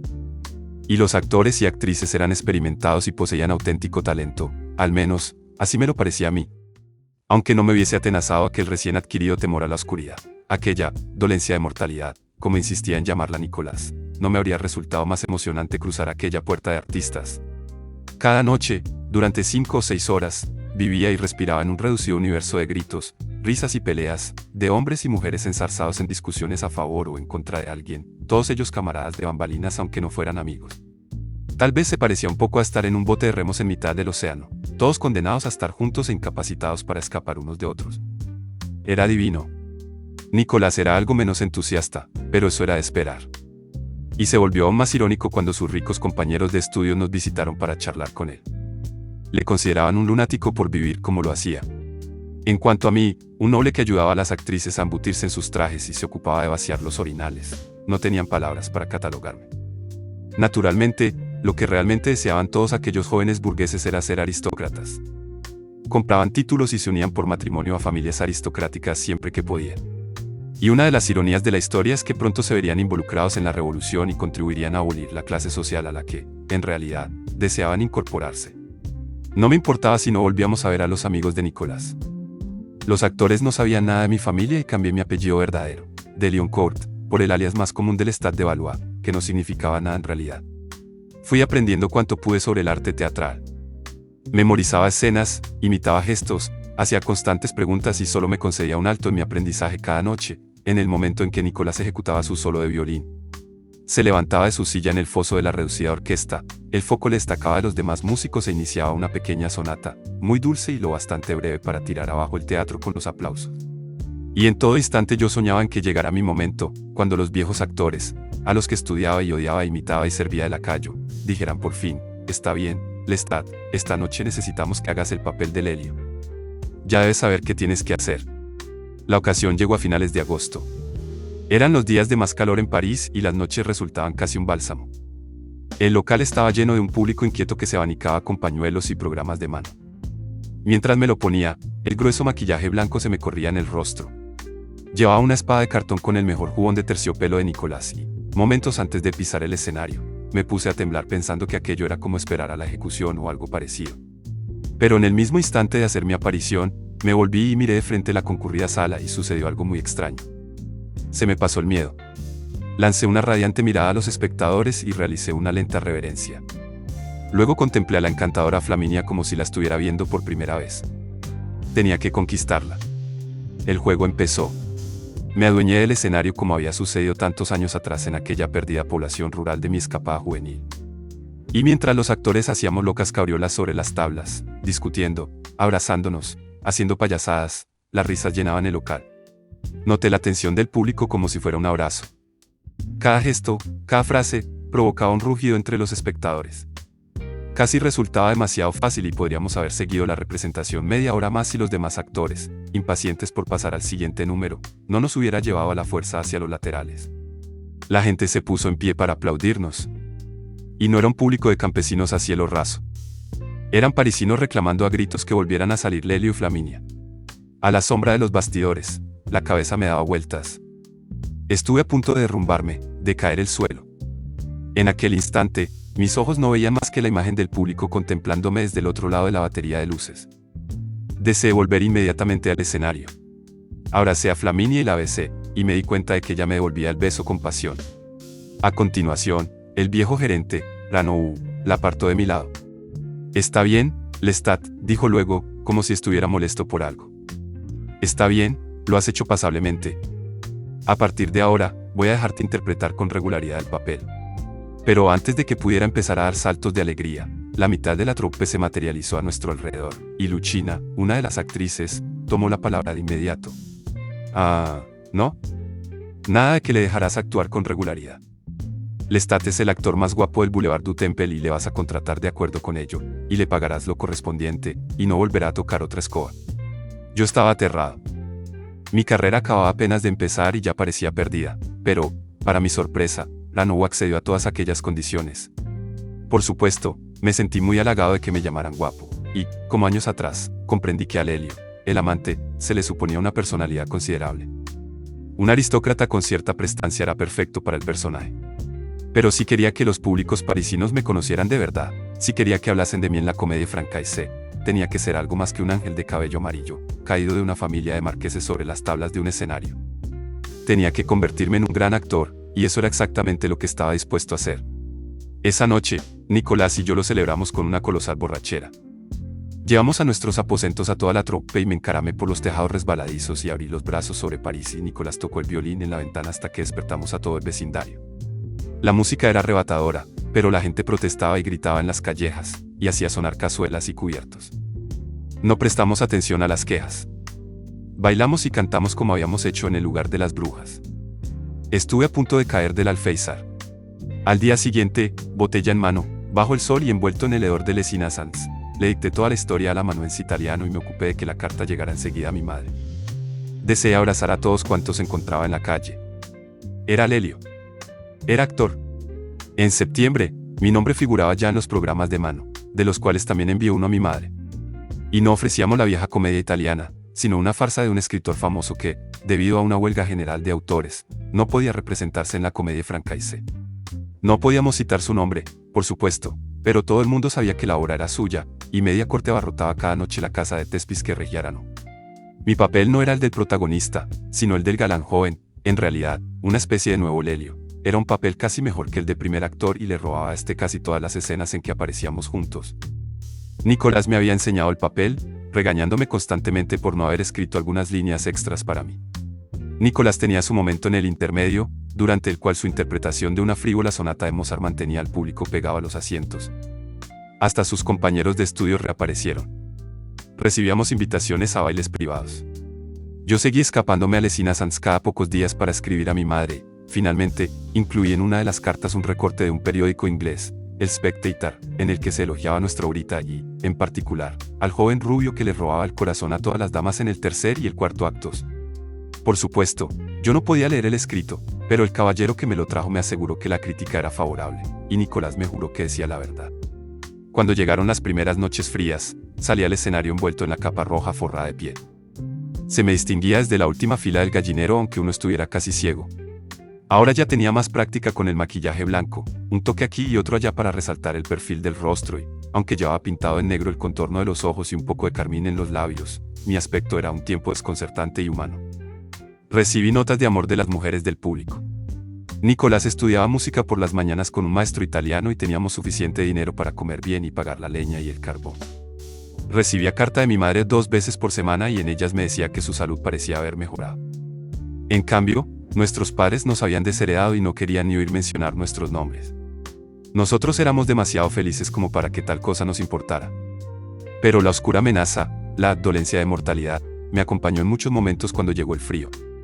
El frío parecía peor en París. No era limpio como en las montañas de Auvernia. Los pobres se acurrucaban en los umbrales de las puertas, hambrientos y tiritando, mientras las retorcidas callejas sin pavimentar se llenaban de nieve sucia y pisada. Vi niños descalzos y enfermos ante mis ojos, y más cadáveres tirados por los rincones que nunca. Jamás me alegré tanto de tener la capa forrada de piel. Envolvía con ella a Nicolás y le mantenía apretado contra mí cuando salíamos juntos a la calle, y avanzábamos en un estrecho abrazo bajo la lluvia y la nieve. Con frío o sin él, no exagero al expresar la felicidad que sentía en esa época. Mi vida era exactamente como pensaba que podría ser. Y estaba seguro de que no duraría mucho en el teatro Erano. Todo el mundo lo afirmaba. Me vi en grandes escenarios, de gira por Londres e Italia e incluso por América, con una gran compañía de actores. Sin embargo, no había motivo para apresurarse. Mi copa estaba a rebosar. Pero en el mes de octubre, cuando París ya empezaba a helarse, empecé a advertir la habitual presencia entre el público de un rostro extraño que, invariablemente, me distraía. A veces, aquel rostro me hacía casi olvidar lo que estaba haciendo. Y luego desaparecía como si fuese producto de mi imaginación. Debía llevar 15 días viéndole aparecer y desaparecer cuando al fin mencioné el asunto a Nicolás. Me sentí un estúpido y me costó encontrar las palabras adecuadas. Ahí fuera hay alguien que me observa, dije. Todo el mundo lo hace, respondió Nicolás. Es lo que querías, ¿no? Esa noche, Nicolás se sentía un poco triste y en su respuesta había cierta acritud. Un rato antes, mientras preparaba el fuego, me había comentado que nunca haría gran cosa con el violín. Pese a su buen oído y a su dominio del instrumento, era demasiado lo que ignoraba. En cambio, estaba seguro de que yo sería un gran actor. Le dije que todo eso eran tonterías, pero sus palabras fueron como una sombra que cubriera mi alma, pues recordé a mi madre diciéndome que ya era demasiado tarde para Nicolás. Yo quiero ser un gran violinista, pero me temo que nunca lo conseguiré. Mientras estábamos en el pueblo, al menos podía imaginar que lo iba a hacer. No puedes darte por vencido, exclamé. Lestat, déjame ser franco contigo, replicó él. Para ti, las cosas son fáciles. Cuando te marcas algún objetivo, siempre lo consigues. Sé lo que piensas de esos años que pasaste en tu casa, sintiéndote tan mal. Pero incluso entonces, si te proponías algo, lo alcanzabas. Y partimos hacia París el día preciso que tú decidiste. No te arrepentirás de haber venido, ¿verdad? Inquirí. Claro que no. Solo quiero decir que tú crees posibles cosas que no lo son. Al menos, para el resto de nosotros. ¿Cómo matar lobos? Un escalofrío me recorrió cuando pronunció aquellas palabras. Y, por alguna razón, pensé de nuevo en aquel rostro misterioso del público, aquel que me observaba. Tenía algo que ver con los lobos. Algo que ver con los sentimientos que Nicolás estaba expresando. No tenía sentido. Traté de quitármelo de la cabeza. Si hubieses decidido tocar el violín, probablemente ya estarías tocando en la corte, añadió. Nicolás, hablar así solo te perjudica, dije en un susurro. No se puede hacer otra cosa que intentar conseguir lo que uno quiere. Ya sabías que tenía los números en contra cuando te lanzaste. No hay nada más, excepto. Ya sé, me interrumpió con una sonrisa. Excepto el vacío. La muerte. Sí. Lo único que puede hacer uno es darle sentido a su vida, hacerla buena. Oh, no me vengas otra vez con la bondad. Tú y tu mal de mortalidad. Tú y tu mal de bondad. Hasta entonces, Nicolás había mantenido la mirada en el fuego. Ahora la volvió hacia mí con una expresión deliberadamente irónica. Somos un grupo de actores y artistas que ni siquiera pueden recibir sepultura en tierra sagrada. Somos proscritos. Cielos, si pudieras aceptar por un instante, insistí, que hacemos el bien cuando conseguimos que otros olviden sus preocupaciones, cuando les hacemos olvidar por unos instantes que... ¿Qué? ¿Que van a morir? Lanzó una sonrisa especialmente maliciosa y añadió, Lestat, pensaba que todo eso cambiaría cuando estuviéramos en París. Fue una tontería por tu parte pensarlo, Nicolás, respondí. Ahora me estaba irritando. Yo hago el bien en el Boulevard du Temple. Lo noto. Me detuve a media frase, porque volví a ver el rostro misterioso, y me embargó una sensación lóbrega, una especie de presagio. Sin embargo, lo más extraño era que aquel rostro alarmante estaba casi siempre sonriendo. Sí, sonriendo, disfrutando. Lestat, te quiero, afirmó Nicolás con aire grave. Te quiero como he querido a pocas personas en mi vida, pero te aseguro que eres un loco con todas esas ideas sobre la bondad. Me eché a reír. Nicolás, repliqué, yo puedo vivir sin Dios. Incluso puedo hacerme a la idea de que no existe ninguna vida futura. Pero no estoy seguro de que pueda seguir adelante si no creo en la posibilidad de la bondad. Por una vez, en lugar de burlarte de mí, ¿por qué no me dices en qué crees tú? En mi opinión, dijo entonces, existen la fuerza y la debilidad. Y en el arte, están el bueno y el malo. Eso es en lo que creo. De momento estamos limitados a hacer un arte bastante malo, y que, desde luego, no tiene nada que ver con la bondad. Nuestra conversación podría haberse convertido en una pelea a gran escala en aquel instante si yo hubiera soltado todo lo que tenía en la cabeza acerca de la ostentación burguesa, pues estaba convencido de que nuestra obra en Danube era, en muchos aspectos, mejor que cuanto se ofrecía en los grandes teatros. Solo la presentación era menos ostentosa. Porque era incapaz de olvidarse del envoltorio un caballero burgués. ¿Cómo se le podía hacer ver algo más que la superficie de las cosas? Inspiré profundamente. Si existe la bondad, continuó, yo soy lo opuesto a ella. Soy malo y me recreo en ello. Me burlo de la bondad. Y, por si no lo sabías, no toco el violín para que los idiotas que acuden al local de Danube se lo pasen bien. Toco para mí, para Nicolás. No quise escuchar nada más. Era hora de acostarse. Sin embargo, yo estaba dolido por aquella conversación y él se dio cuenta, cuando empecé a quitarme las botas, se levantó de la silla y vino a sentarse a mi lado. Lo siento, dijo con la voz muy quebrada. Su actitud había cambiado tanto respecto a unos momentos antes, que alcé los ojos hacia él y le vi tan apesadumbrado y abatido que no pude evitar pasarle el brazo por los hombros y decirle que no debía preocuparse más por ello. Tú posees un resplandor, Lestat, que atrae hacia ti a todo el mundo. Lo posees incluso cuando estás enfadado o desanimado. Poesía, le corté. Los dos estamos cansados. No, es cierto, insistió él. Hay en ti una luz que resulta casi cegadora. En cambio, en mí solo hay oscuridad. A veces pienso que es como la oscuridad que te invadió aquella noche en la posada, cuando te pusiste a gritar y a temblar. Estabas tan impotente, tan poco preparado para ello. Yo trato de alejar de ti la oscuridad porque necesito tu luz. La necesito desesperadamente, pero tú no necesitas la oscuridad. El loco eres tú, repliqué. Si pudieras verte, escuchar tu propia voz, tu música, que, por supuesto, tocas para ti, no verías oscuridad, Nicolás. Verías una luminosidad que te es propia. Mortecina, sí, pero la luz y la belleza se conjuntan en un millar de formas distintas. La noche siguiente, la actuación salió especialmente bien. El público, activo y bullicioso, nos inspiró algunas improvisaciones con éxito. Realicé unos nuevos pasos de baile que, por alguna razón, nunca habían parecido interesantes en los ensayos, pero que tuvieron un resultado milagroso en el escenario. Y Nicolás estuvo extraordinario en el violín, tocando una de sus propias composiciones. Pero hacia el final de la representación divisé nuevamente el rostro misterioso. Esta vez me sobresalté como nunca y estuve a punto de perder el ritmo de la canción. De hecho, por un instante me pareció que la cabeza me daba vueltas. Cuando Nicolás y yo estuvimos a solas, sentí una imperiosa necesidad de hablarle de aquello, de la extraña sensación de haber caído dormido en el escenario y de haber estado soñando. Nos sentamos juntos cerca del fuego, con el vino sobre una de las tapas de un pequeño tonel, a la luz de las llamas. Nicolás parecía tan abatido y cansado como la noche anterior. No quería molestarle, pero no podía olvidar el enigmático rostro. Bueno, ¿qué aspecto tiene?, preguntó Nicolás mientras se calentaba las manos. Y por encima del hombro pude ver al otro lado de la ventana una ciudad de tejados cubiertos de nieve que me hizo sentir más frío. Aquella conversación no me agradaba.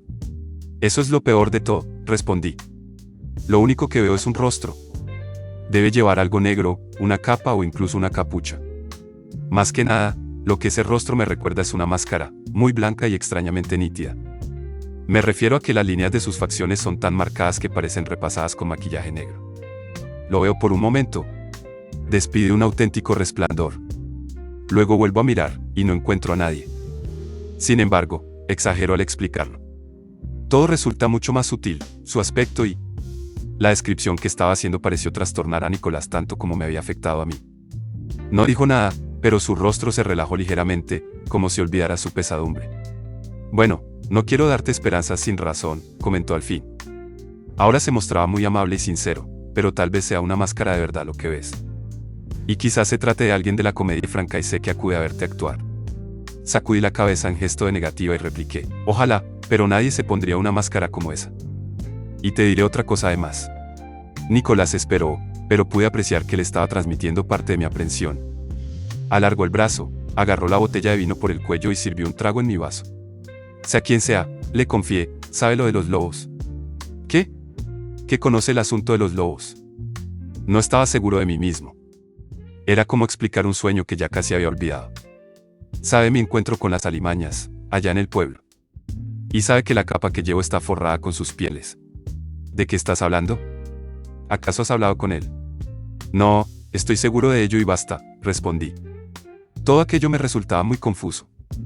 Volví a experimentar aquella sensación de que la cabeza me daba vueltas. Eso es lo que estoy tratando de decirte. Nunca he hablado con él, nunca he estado cerca de él. Pero lo sabe. Ah, Lestat, exclamó Nicolás, recostándose hacia atrás en el banco junto al fuego mientras me dirigía la sonrisa más cariñosa. Dentro de poco empezarás a ver fantasmas. Tienes la imaginación más desbordante que he visto nunca. Los fantasmas no existen, respondí en voz baja. Miré el pequeño fuego y fruncí el entrecejo.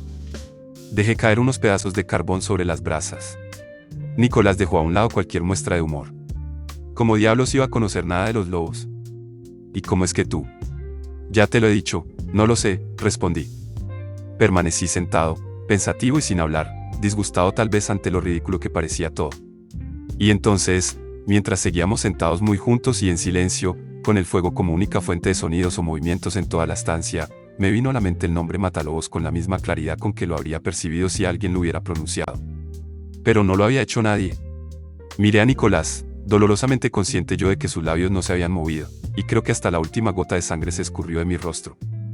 Lo que percibí no fue la amenaza de muerte que me había atenazado tantas otras noches, sino una emoción que me resultaba realmente ajena, el miedo.